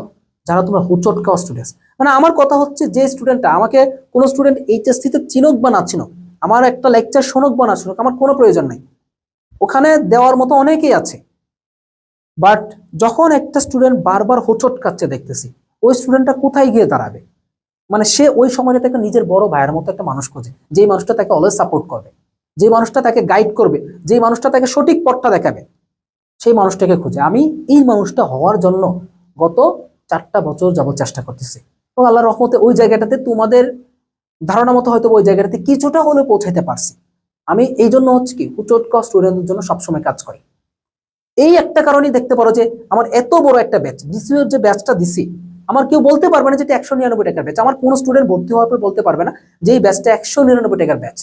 এই ব্যাচটা একটা 1000 টাকার উপরে মূল্যের একটা ব্যাচ, এরকম লেভেলেরই থাকে। আমি এই পরিমাণে সার্ভিসটা দিচ্ছি বিকজ অফ কি, আমি বলতে পারবো হ্যাঁ এটা 199 কোর্সেই তো এটা, বাট ব্যাপারটা হচ্ছে আমি এখানে ফিল্টারিং করার জন্য মূলত 199 টাকার একটা ফি দিছি। আর আমাদের আগের ব্যাচের স্টুডেন্টরা কিন্তু অ্যাক্সেসই পাইছে, বাট অন্যান্য স্টুডেন্টদেরকে একটা ফিল্টারিং করার জন্য, যাতে 200 টাকা দেওয়ার পর যাতে ওর শরীরে একটা আসে, সিরিয়াসনেস চলে আসে, যে আমি টাকা দিয়ে ভর্তিছি, আমি এখানে এক্সাম দিব, যা দিবে তাই পড়বো, যে ক্লাসগুলো দিবে সেই ক্লাসগুলো পড়বো।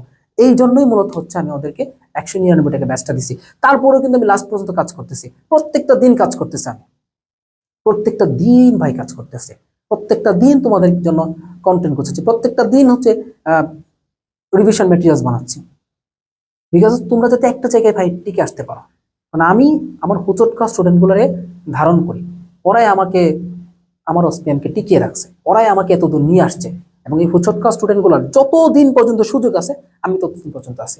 তোমার ঢাকা সেন্ট্রাল লাস্ট সুযোগ, এই পর্যন্ত আমি এই শরীরের ঘাম মাথা থেকে পায়ে পড়ুক আমার কোনো সমস্যা নেই, আমি তারপরে টিকে আছি, সবসময় থাকবো ইনশাল্লাহ। এবং এইভাবেই টিকে থাকবো যতদিন আছি, যতদিন আমার হুচটকা স্টুডেন্ট আমাকে চাইবে ততদিন ইনশাল্লাহ আমি আছি।